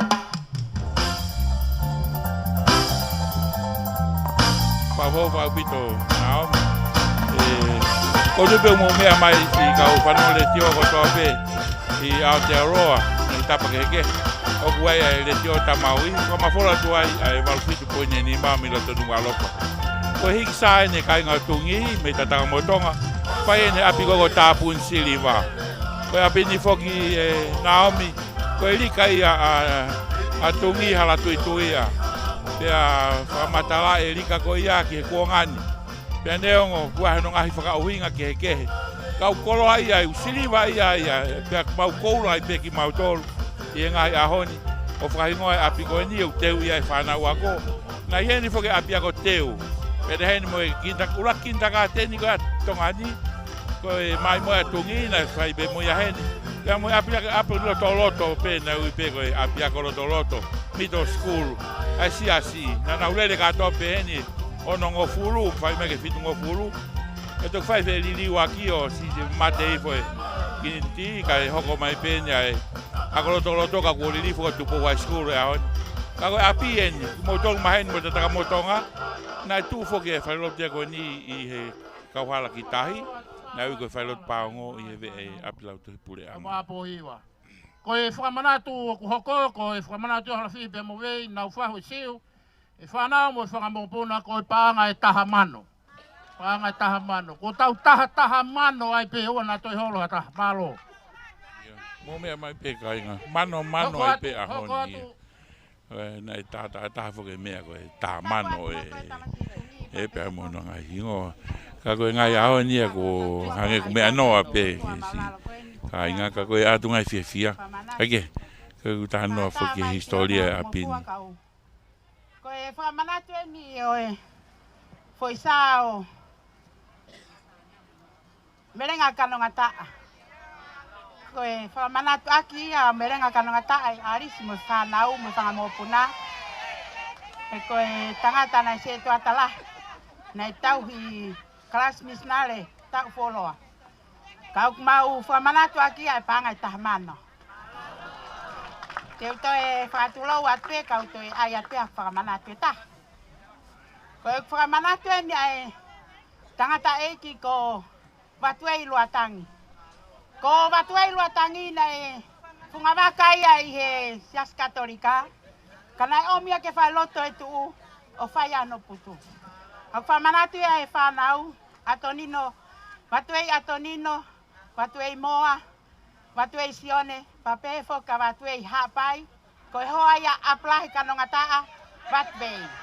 Whamanatu aki e panga i tahamano, o whalahi aki. Palo ko ki kolohan ko toka wanoa, ka e umaa e panga i toluafe ko ni hek manatui, ko e whamanatu ia o lavini a lupeheke ka e umaa alipate. Ko e whamanatu ko e panga i toluafe. Hoko mai. O si beni tau whasi bea.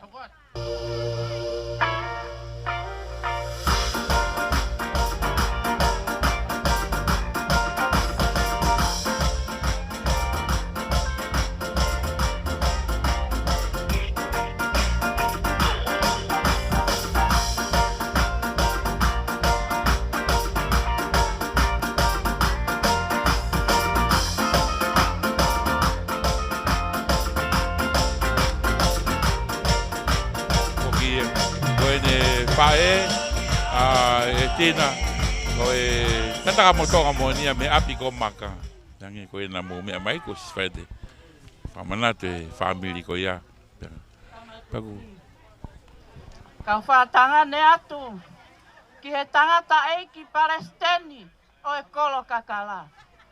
Kai ata mo e whine motua tua mo tai iloa ko e ni ke whakahoko atu. Ai ki whakamanatu masiva. Ai kui. Ko sione nusi lele noa. Pe mo e tamai. Ko te vita funa ki lele noa. O ku whamanatu ia e whae ko e ni. Pe mo e mehi ki tanga eiki ai family lave lua. Nusi. Ko e whawhetai o e family ko e ni. Ko e whare lotu kua manuka. Ko e konsetia. Ai whae ko ni. Pe mo ki mautolu o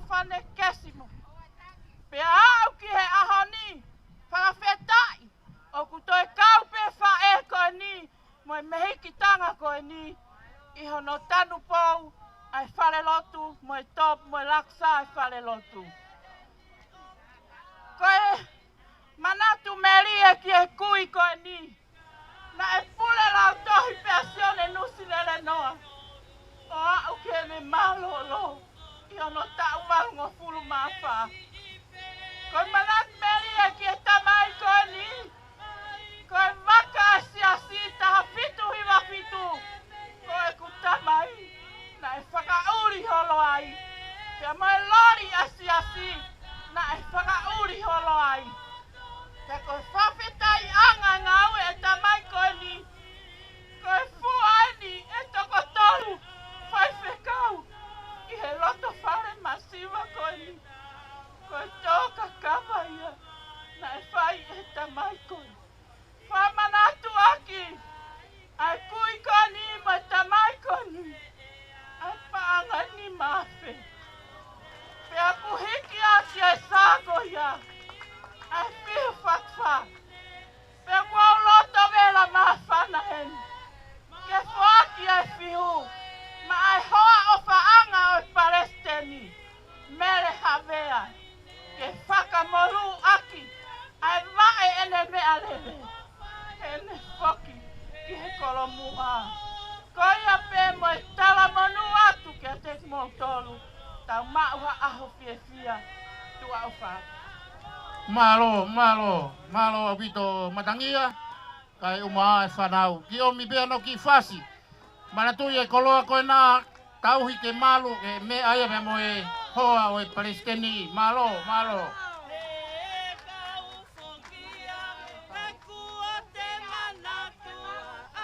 Marie, kataki ki pel whalire i atu, pia tauhi ke malu ke awea ki e ngai koloa e Palestini. Malo.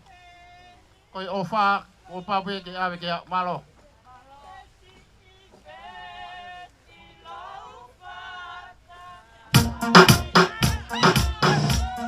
Kona moni po kia mahalo ko tui pe o ku tuku whaholo pe me he tau tangata ai koloa ke kaingani ai mea koe tauhi ke hou e ki pea mautupa ke pe mau whangakuyo mamata ai pe he mea tatau pea si o hake pe ia ai koe ngai tenga pe na e tō koe ka mea ia ke toki hoko katupa ke pea ku natula pe ai ke takamotonga ia ke natula whaiva koe ngai tala noa pe ko wha manatu au ia ki ai pe whakakui koe apia ko uole wā ia koe whaiva pe aho ke aho mo whai kawa pe matua koe omi pe ngai whanonga me ngai whetuke ke o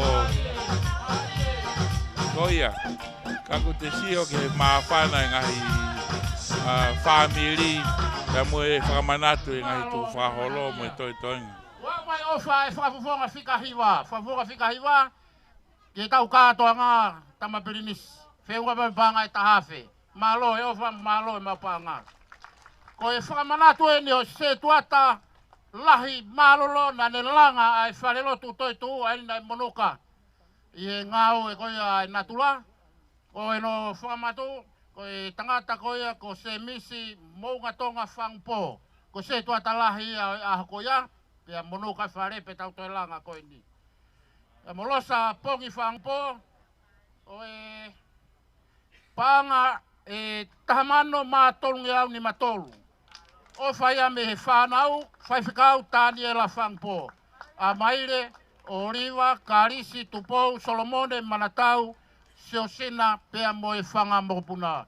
Whamaloa ke whaiwhikau mālolo, tāni e la whangpo, kai maa whanau pea mo e whanga mokopuna. Hoko mai tāmaki whasi, he ku hange ku ki ngāri. Tau ununu pe ki taimiko i ua. Malo.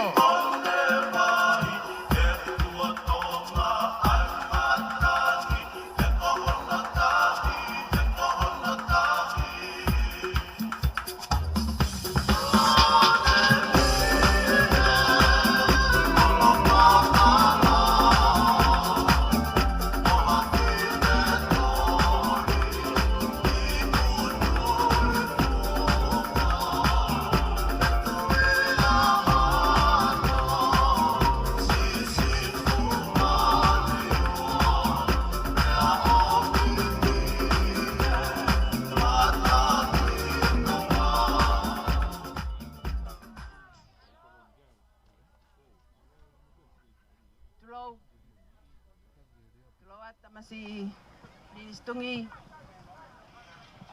kama e tangata iki Palestina o siasi Toita te vita koloa ia havea. Ka koe whanau tamai kolo kakala. Tuiono. Ka hufanga pe mua whatapu. Ka tā ke whakahoko atu. Ai fia mo whawhetai. E a koe ni. Koe ki tūnga whare. Mau lalo. O kutu ke whakafofonga i. Pea ko kore pelele noa. Mahalo na koe ui whakaosie. Malo. Angahi. Fofonga. Na nau whakautua. Mātua matunga mātua. E ki api koe ni. Koe onga mātua. Ko inoke waka.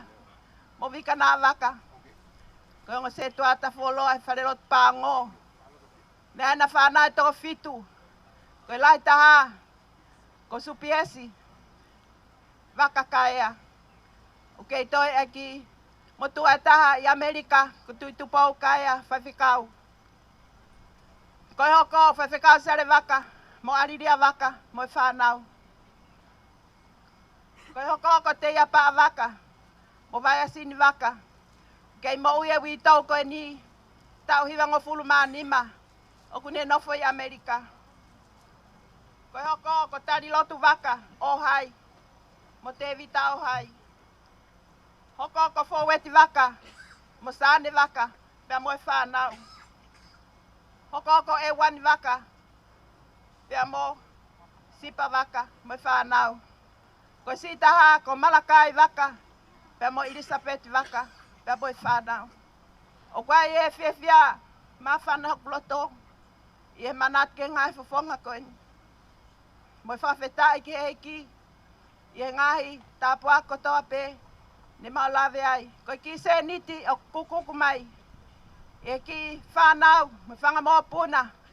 O ki ap masiwa ko tai ala pū. Koe pāngai tolu mano. Ke whamanatu aki. A tunga mātua.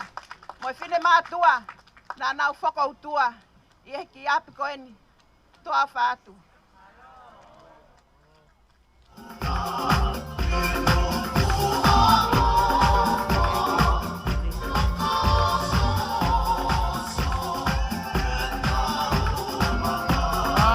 Mari.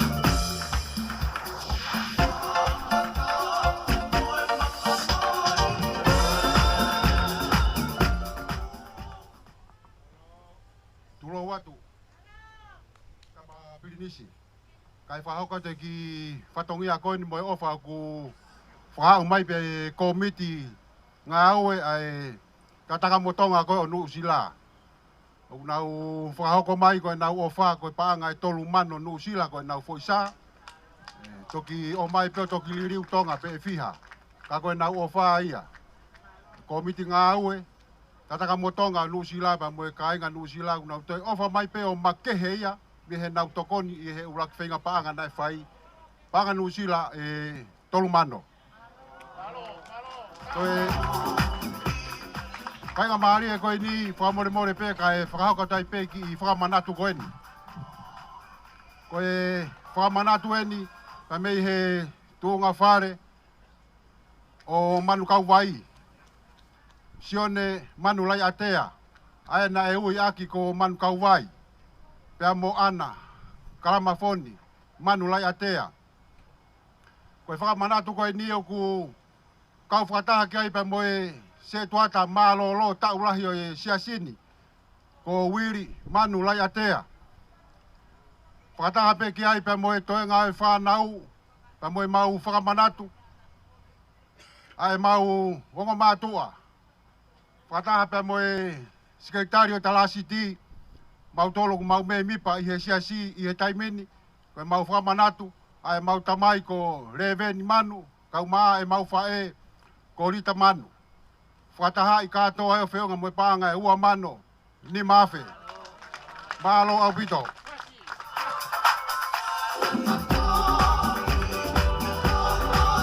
Tānaki ai koloa, tānaki mono paanga. Ka koe ngā hiuma tatau pe. Tuiono ka e hawa tai peha ki mā whana. Ai ki whine motuani ke whafofonga atu. Ai ongo mātoa. Kau mā e whanau. na mau tupua ke pe I heni pe mau siasi koloraki ka ku makai mai e whangatonga ne me he ikare ki he katoanga o e ahakoni pe nau maa whana noa mai pe kore mai ke u whafofonga atu pe me tongani ai tokoni ko e whamanatu o yongo mātu a te vita pe mo sisfa o kusi kai uma ai whaiwhikau lon seni o kusi ke whai aki ha maa whana mo e tokoni ki ngā ue maa whana o e hoata koeni koe ki koe ni ki tora pe taha mano o whātu.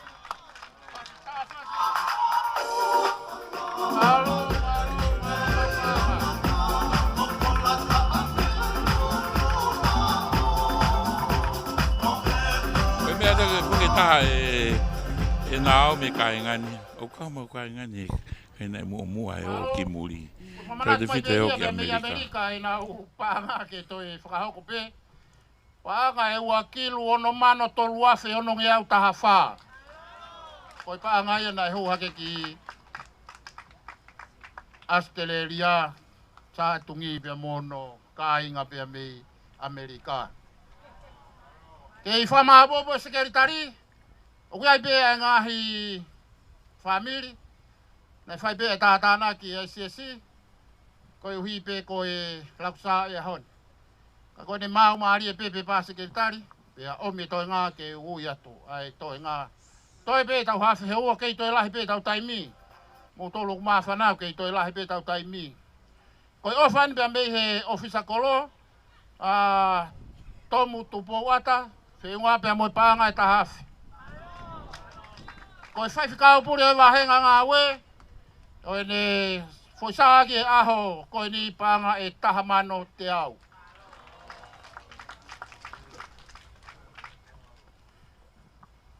Ai ke mau, sekretari, koe nung toi hiki hake taha mano uangi au.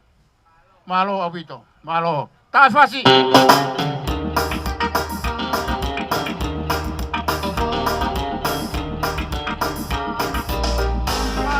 Ai ngani ngai family nusi, pege family okusi, pege family pinau, family waka. Ko ngai tunga whare ke o e koloni Naomi hange go whai e manatu. Ki e si whakakui na e taki mua mai, kau se tuata mo e ni kangere, ko si kau pine eiki. Nana u kataki mai kononga I he potsiasi ko ende takamotonga uru aki. Nendo mawahe pe foki ata takamotonga uru aia, ngahi tau mai ni mangofuru na ngofuru. Pea toki fikatolu e ke ngahi tau taha iwa waru ngofuru tupu. Ka nai kamata ko tope mena e ko yanga natura, me ko e whangakui e kui heni, ko e whangatamai mo e whangawhae kui whikaua. Ko whangamagapuna e ngai aho ni unau fikatolu, pako maukisi asi. Lahi me whangi family ki wai ia taha mai tō tua ai. A whika tōru ia. Ka koe aho ni whakataha ko tō mai pē. A tatanga motonga uraki ua pē mo tōru. O hae e whia koe ni. Ka ke ku hange pē koe tokoni. O ku whai atu e ki whiko tangata tonu whokia I tatanga motongani. Ka ku iai pēni I o ku nao whakawhiofi mai I he tau mai ka pia ange pia nau whainga maari. Ange pia nau whainga maari. I kau atu e whiwhia o e aho ni. Aho e whawhita. Ki o tua mafu. Koe kātoa ngā mamalu, kātoa ngā whawhiwhia. O hiki sā e whaloto e tuu. I tataka motonga api ko tā punchiri wā. Ko whātua o whātu tamapiri stungi ka māho kāi ngā. Whai te whakamalo pa mo e talamunu he ngāwe ko whahoko. I he wharehu whanga, ka maa e whaloto e tuu. Ko kuingoa ko ari wharet whanua, mo ko puna o wharekaono. Whawhitai ki heiki, e ngāwe ko whai, ko maalari a honi.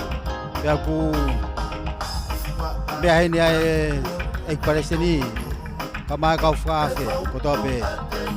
Kai ngā tamapiri stungi. O whaat ki he ope, mo mea mai, ki he kātoanga koe ni whamalo whakia sikiviu, whamahatankina, yono sponsa e meti o, yono whakamafola, kangatonu atu ai katoa ngau e honi.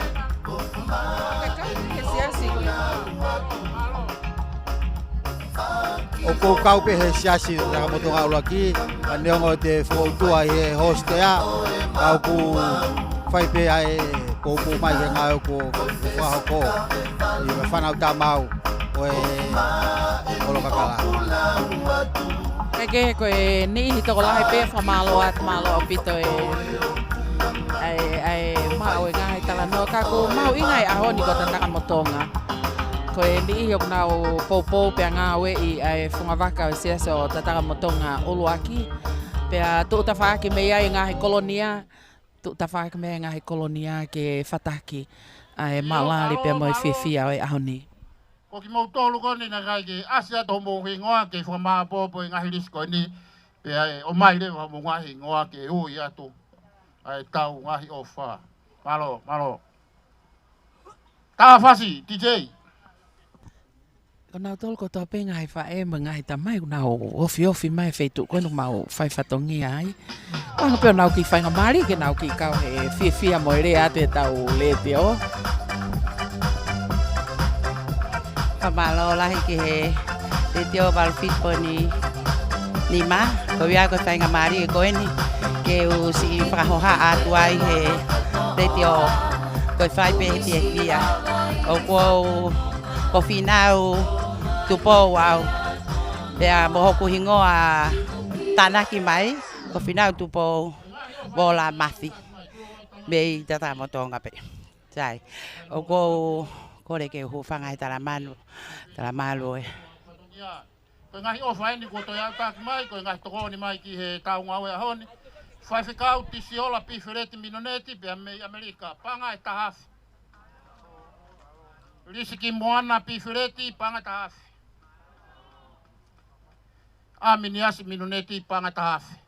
Malo mua e ofa, malo e toko ni pea malo e poupou ke tau ngau e. Tiko.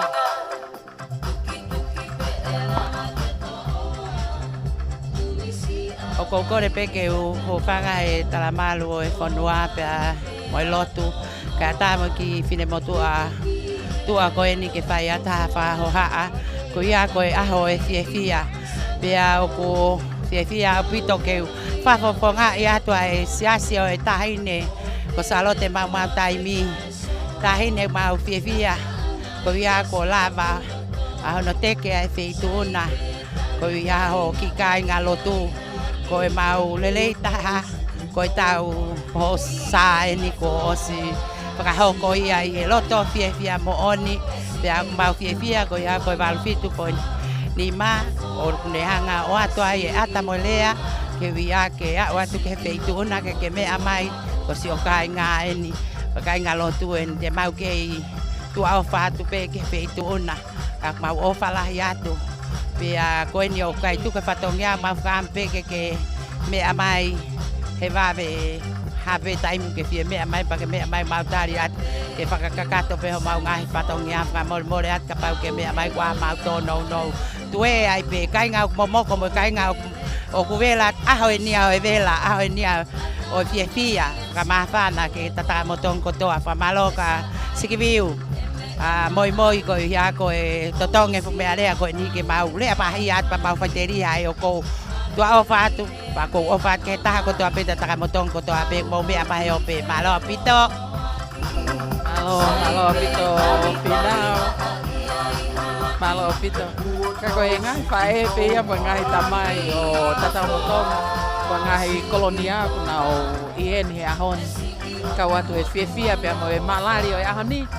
Mau inga pe foki kipe ngahi le o ke frao ki he kakai tatanga motonga ko to pe nau tau tu pe ko nau toko nau nga we te nau tok fok mai pe na tok o mamata e tau live stream na yang pe te nau e ene ia te nau fato mala te nau fato mala pe hange mai na nau iheni e ahoni Ka koe uhi koe ngā ue ko ia kune hanga o whakatafe mai e seniti ke lava e wholau mai pia lava mo e whatongia ke kehe kotoa pe o whakaamu atu ki ai e ka inga tonga mo e whamiri ko i tonga ni o koe pe ngai whatongia ia o ngai whamiri i muri ka koe tau wakai ke mā whanalahi e ka inga oku i kai lava ma puke puke e fia pia mo e mā whana ko ia mau kei tapun si liva pe fifia lahi mau kau whakatahat mo kif moala tau ngona to pe ngai mahina ko si pai whatongi ato e taimi nai tonga ni ai ka koe ni ku leo nai whalau mai pe he kifia he whatongi a ke he pe ka ku kau he malari o e ahoni Moina apito Naomi pia kou fia lahi apito e whainga maari e koe ni ke ulawa mai ai ato tama pe ato onaki ka koe ni whai e hiksa i e ahoni.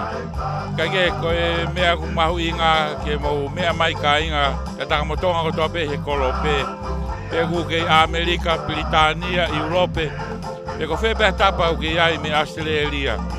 Koe tau katoa ngai. Koe katoa ngai mune whakatataha ki toki tau tolu. Pau tau whakamalo ke whanau a Melise mo sefo moi. Tankina ka umano whakatehina.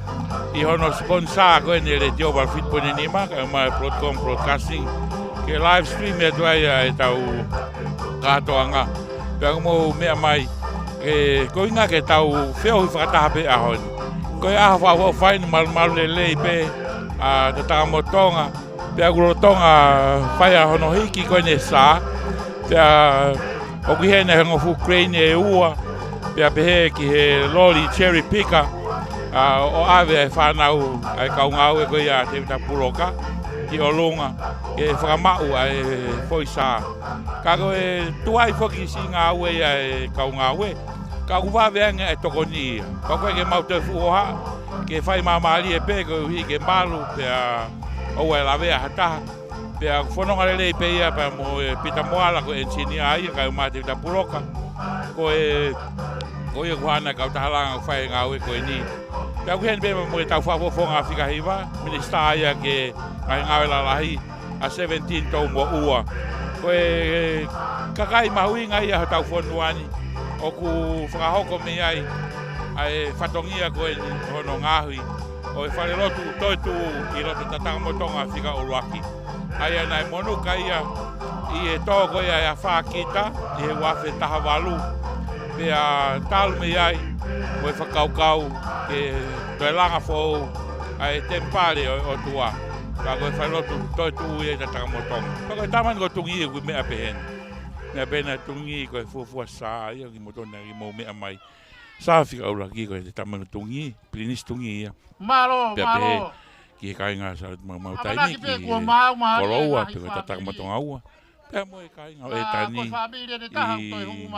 i takamotonga whika tolu. Kare kita whakalau maari e ni hoa e ni. Ua umai whiwhine tataka motonga koe ni mahalo ku whanongo e. Tā e whase kolo kakala. Wa koe ni kua umai. Malo.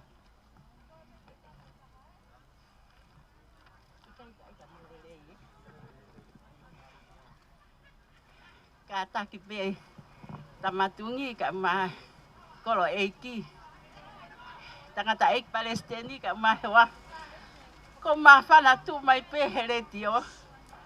Ki ha mea e mau koe ki fo i hiwa pe, ke tau ki whakawhasi. O kui koe whawhangu alo le. Whawhangu alo le ko tā. Na e whau he awa ni ma me hua awhi e woua. Ko ene a e tatari ki he ongo whakahewani. Ko si sune pe kia kua toi tu i mua. Ao ko si tahawalu woua. Ko e tau ke iola o mo ui koloa ia.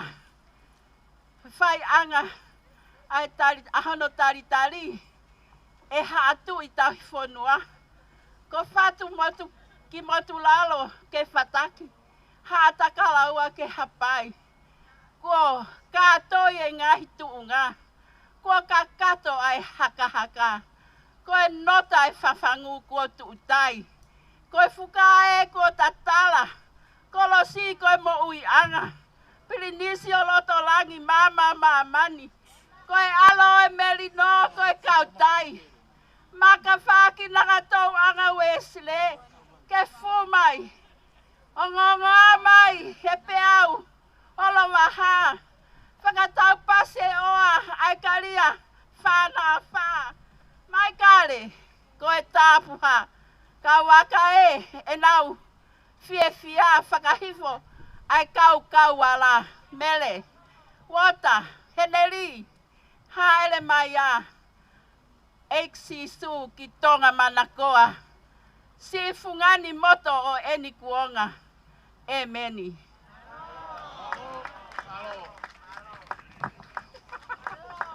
O malo ki ho tare kita falau mahari lava mai ki whakato ki foi lau koia foi me ofa ia ki a merele ki ngā ua foi pangai waf toa tamanga no ki fasi ki tau sia nge ko kakala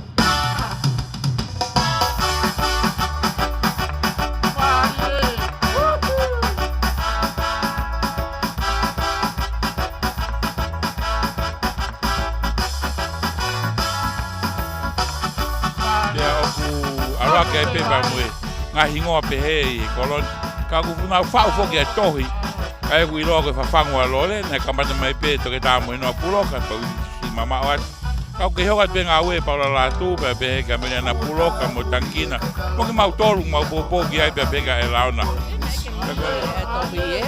na e fra mu ya ke lo ka ko tu ko ki tai mi pe ki no ho fi ko ta fa lo tu ka to ki lo si ai tohi ka ko ya no ko ngana na lau mai e lau na ko ki moto mo mi mai ke ta lo to fia ki fa no le tio pe ko mata mai e video ke fa ma fola ma ke ko ni me le tio wa fi ko ni ma ko ta fo no nga beni ma ko lava he la ka wa ai ke ma fa na pe ka ke ma opo pe ka inga i ta pun siliva e ho tani o fa nga hi patongia ko ni da mo ta ma ko tungi ke me ape ka ko fia ai hiki sa ko ni fa lo to tu i ta pun siliva i a ho ma ke ko ni pe ko me fa fia ko fa ta mai e ka inga ko to pe on ma hoko pe ka inga au tungi ko ka inga pe ta ne ngo pe ko fia fo no ai muri una uai America io ko tai ne ko no ni fa mo ki o se duada fu ke ko mo ai weli ngaton Kaya tanunia. Malo mo e tau lava ke e fia fini pe koe te whawheta i mai whamalo he a usia mai o mai ke kolo tupu anga. O whai whawhia. Tuku mua ke tau hoko. Malo apito ke whawhekau. Oko whawhekau. Ua mano taha whekau. Naomi la walfit pun ni mai tai whawhekau. O whawhekau tō tau. E koe tau ngā ue. Sai au se tua talahi o au ni. Wataha ia bea mo Elisabeta mau. Whanau mo i whamiri. E whamanatu ak pe mua kuai pe ngahi nau e apiko maka. E mau pou at pe. E whamanatu ak pe mātua. Nana u whai whatongia. Si mahanga haini. Kai o maa Suriana. Pea mo lere noha ko ia ko hike ato ua mano tahafe te au. Mui ato i pe kia ia ngahi whamiri koe ni o siasi, mere katoa, o ne saa koe pāngai tolu afe. Si o sifa mafi koe pāngai e fitungi au. Haireni waka koe pāngai e tolu afe. Korista pun siriwa, e unga na ufa mo panga taha mano te au. Whamiri ko ia wa tau langi mere maka mo fina maka. E unga mo ia mo panga taha mano. Kastere toi fua fe unga mo panga ni mangiau. E masuaka panga te au. Apsua pala fe unga mo panga walu ngiau. Ula ia fonua e unga mo panga taha fe ungiau. Familio a polosi la to di polo e unga ia pe mo panga e taha mano. Mau kakala fe mo panga ono ngiau di manoa. ko liski moana ni mafe whangeau. Si whasi eiki tafe ni mangeau. Whiri aisea pangai tafe. Ko William de kesi ko whakamana ia, ono tu whewhine ko si mina, kai umaa mātua. Sawe, e mok nau tolu holomua e whamiri. Taha mano, maa uanoa, William de kesi. Whiri sonu nisi e pangai wafe, o e tawalunga, whakaosi ia o ia honi ko i potunga au e talawou, wa sesu e siliana tawa taina tonga, e unga e nau tau ulunga, boi baanga tahamano tolu afe whange au. Ngahi ofa ia kua utaki mai. Malo e ofa, malo e pou. TJ ki tai maki fas. Koini to ia umai tohi koini. Foki sponsor e aho ni kifi. Heu ku mahato unga ai au hanga tonu e katoanga o e aho ni ko e loto lelei ai family moi. Ke whakau hanga tonu i he tau le te o Valfitu poine ni mako i ngalu e a ia pia mo e tau live stream ai Broadcom FM Broadcasting whamalo ki a Tankina moi kau ma Sikiviu pia pe kia ki nau tolu kotoa pe family moi i ho mo popo mo i tokoni mai o whakau atu ai katoa ngau e aho ni. Tai whetu kua whoke ai maho inga ke whakatoka ngā e toko taha ensini au e kato e whale e kifi e. Apita moala. Ko ia kune hanga o tātongi e whare pia tau mamata ke kamata ke mata lelei pia hawhaka au ofa mai e whale ko e tō taha kune ensini ai ngā ue ko e ni e kifi. Ko ia. Moina pito e Naomi. Ko e toko taha ensini a ko e pule lahia he langa ko toa pe. Ko e une hanga o tisaine whaunga e whare. Pa ko e tama ati te kia o toki haupa ia. O toki teu i mo whakahoko ngā ue. Ko mea mawinga tahe tama ati te ki, ko ia unehanga koordinati ko toa mai. Ai tama uhila, tama palama, tama ki atoa, tama ki whaliki. Maloa, tumua ke ulawa toi ki tohi koini. Api ko merino moi o whawa loloa, tu site wahiwa a kosi wa noa wa tolu. Ki whawhikau pule sa utātāta tā motonga. Ke moi ka inga lau, tau whawhitai ki hei ki, hene kei whia mea ngā ue ki tau tolu. Ke whakakakato hono whina ngā loi mamani. Tau te whito ke tauhi a hono langa. Ono kakai he moi whakaisino, whakailoto, whakalau maari e. Kai ha mea mau he whanau, familia, Reverend Malakai Niu sa mate. Mele latai sa mate. Ke tokoni atu ke he langa whare, langa mo ui, o kumo whai, i kolo e iki pe mo siasi. Hoe iki sia o tatamutonga ulaki. Kai ke ngalo e familia sa mate, ngahi tau, nei whai ai whatongia. Si ongo mga tuani he apiako tāpun siriwa pe mo siasi e ki o tatamutonga. Koia, ko ki panga ta hafe, ke toko ni atu, ke langa ngā ue whamui lau maari e whai mo whamiri mai hou e ki. Kai e kolo, kau me mi pau siasi, ue siriana taua taina tonga. Pe mo siasi, whakalukfua, umaa e kolo i kina, ko whie toko ni pe, whie aonga ki ngā ue, ai e ki, pe mo siasi. Me au pei, niu sa mate, asinate sa mate, whamiri katoa. Malo o pito, malo e toko ni, malo e popo. Ko ki o vai de ta ko o mieni ko whakamanatu pe eni pe me he familia se tua talahi malolo ko na hiki atu si mo te katoa pe mo aloi katoa ko wheunga pe mo paanga taha mano whanau me mga puna i Amerika pe whepe hatapa pe mo toani malo au pito. Me he sias Immanuela ko sa tungi pe mo hono kainga. Palestini, Immanuela, Amerika, Mechon Mau, Feunga, pe me panga. Panga ta mano. Sias Immanuela, Amerika. Sias Immanuela, Amerika. Oi, taha pe fukene familia, o le renoa, kakune Palestini, sias Immanuela. Malo, pite ofa, malo, pe me tokon fo malo at whaikau. Vumu tole sias Immanuela ki Amerika. Mahalo pe o ku mau marie, ho tau ngahi whatongia. Mahalo pe ko mau mari. Tuk maha ki whase taha ke whakamaha popo. Ki tai mai e whase funga atere. Ki tai mai whase funga atere. E tau ki tau olonga ki ai. E ko me ai au kulangi mahari e ki ai ta mapiri nisi. Mahalo mua. TJ. Kake ko leo ai pia le noa ne whatau kei katoa ngani. Mo mea mai ki ai. Pea ko huia le noa ke tāma he whas. Kolistonga ka. Ai lat pene matua ia ke ai mai fasilahi.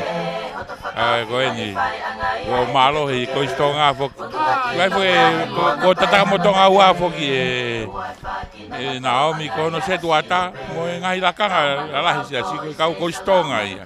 Pa ma ko me mau be he si asi. Bago sa sto la ta fo ka tata motonga ua. O ilo tongi na tu mai a honi. Se tuata ko sitani. Lo aman. Behe ki a ngongo fatulolo. Koe kau tangata ko stonga ia fika ua poko kau taine fika ua na una oto hopot ki loto tau olunga e foi fasi ko ni o tu ko ospeni pe alate foi pru ka to ale va ton ke tu ki olunga kake io au fa ma fana be fok ange ku tau e ko tau langi a honi ma fana ai ka inga i ngai tokoni mo e seni ti ko tanaki te kono monia ko o ku foaki e kakai na ungahi konga na umo ui ki e katoanga a honi te mahino ai si loto tahape ka inga e fai katoanga goen mo na fram ke lava le fai lotu ki e tau fo o mo konfenisi hono te au ia e fakakata no hofi e falen ake mahal mo me be ngai ata me vitio me tapun siliva tata motonga e aho fakafo fakoen pia tau frausi o se mahinan ko ako si ako lava hono hike sa o e fai lotu toi tu o tata motonga ok ma po be ngai teniti te wakaio tau fale tapuen mo kai nga me na si lava mai motungi e ulto ame foka tungi ai palasko e ko motu pe ko e lava pe ni e si me ata tungi a pongpongi ki Amerika ko e fatongi a ko ai te mo ngai fatongi pe ka ko e ta fale tape mo kai nga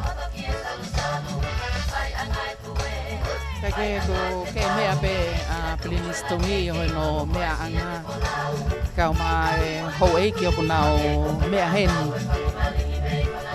ka mai Palestina se pe ki no hoa ka mai ta fa malo ke fai fika o potunga we ta fa fita i ko wi ko fai fika ko ni ko fonua a kava fai fika wi o potunga wen ka wi ko fatu na e to ke lava mai pe ka fai fika o fokia e kifi ko si mau mari pe foto tu ya ka nga ke lele i ai foka ko ni pe ko si o mata ke ai kai ngau tungi i a hon te ange pe ko e whamatala ko whai atu e kifi o ku iai pe ni i o ku nau moa mahino pe ai moa waka ia ko e o tua o ku moa waka he mea ko toa pe o ku tui ki ai kalistiane ko toa pe mahino pe o ku moa waka e o tua pe a ku poupou ke ngahi nima o ku nau moa he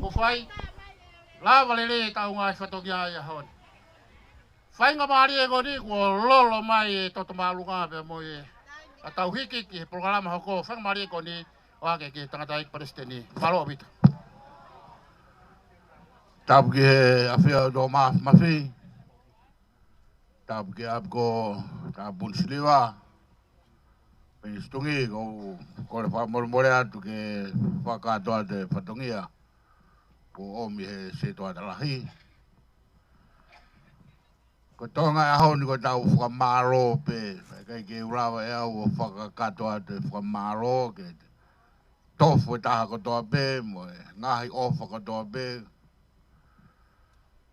ka kumanga pe ke patoa ngātu ka inga o mo tolu kona kua mu ngai tala ofa mu kata ko tāna ki mai ke mo oni tala ofa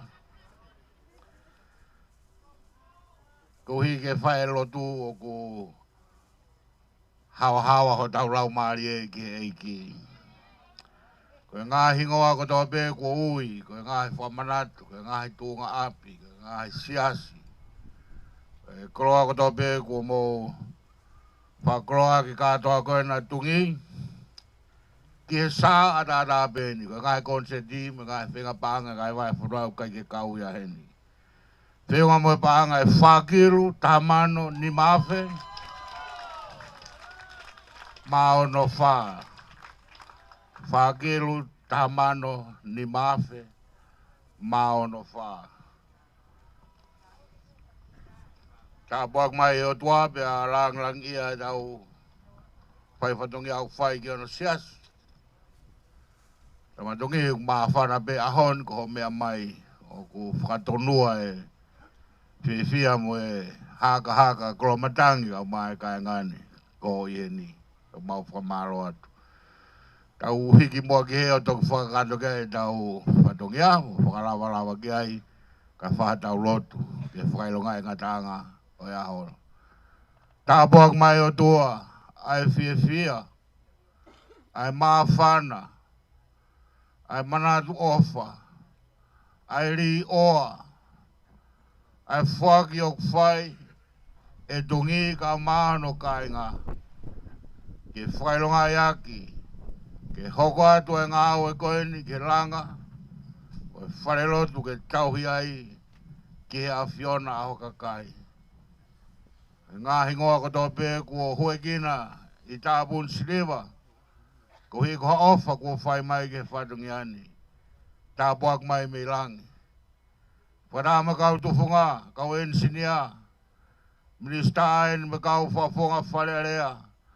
Ka maa kau whai whikau, me ngahi kolonia, me ngahi kau ngāpi. Moki nau tōlo ku manatu ofa mai ke tōpua ngā ka ko nau hiki atu. Kia ngahi wheitō ke. Padahia mo me ofa koin ko nau whaki.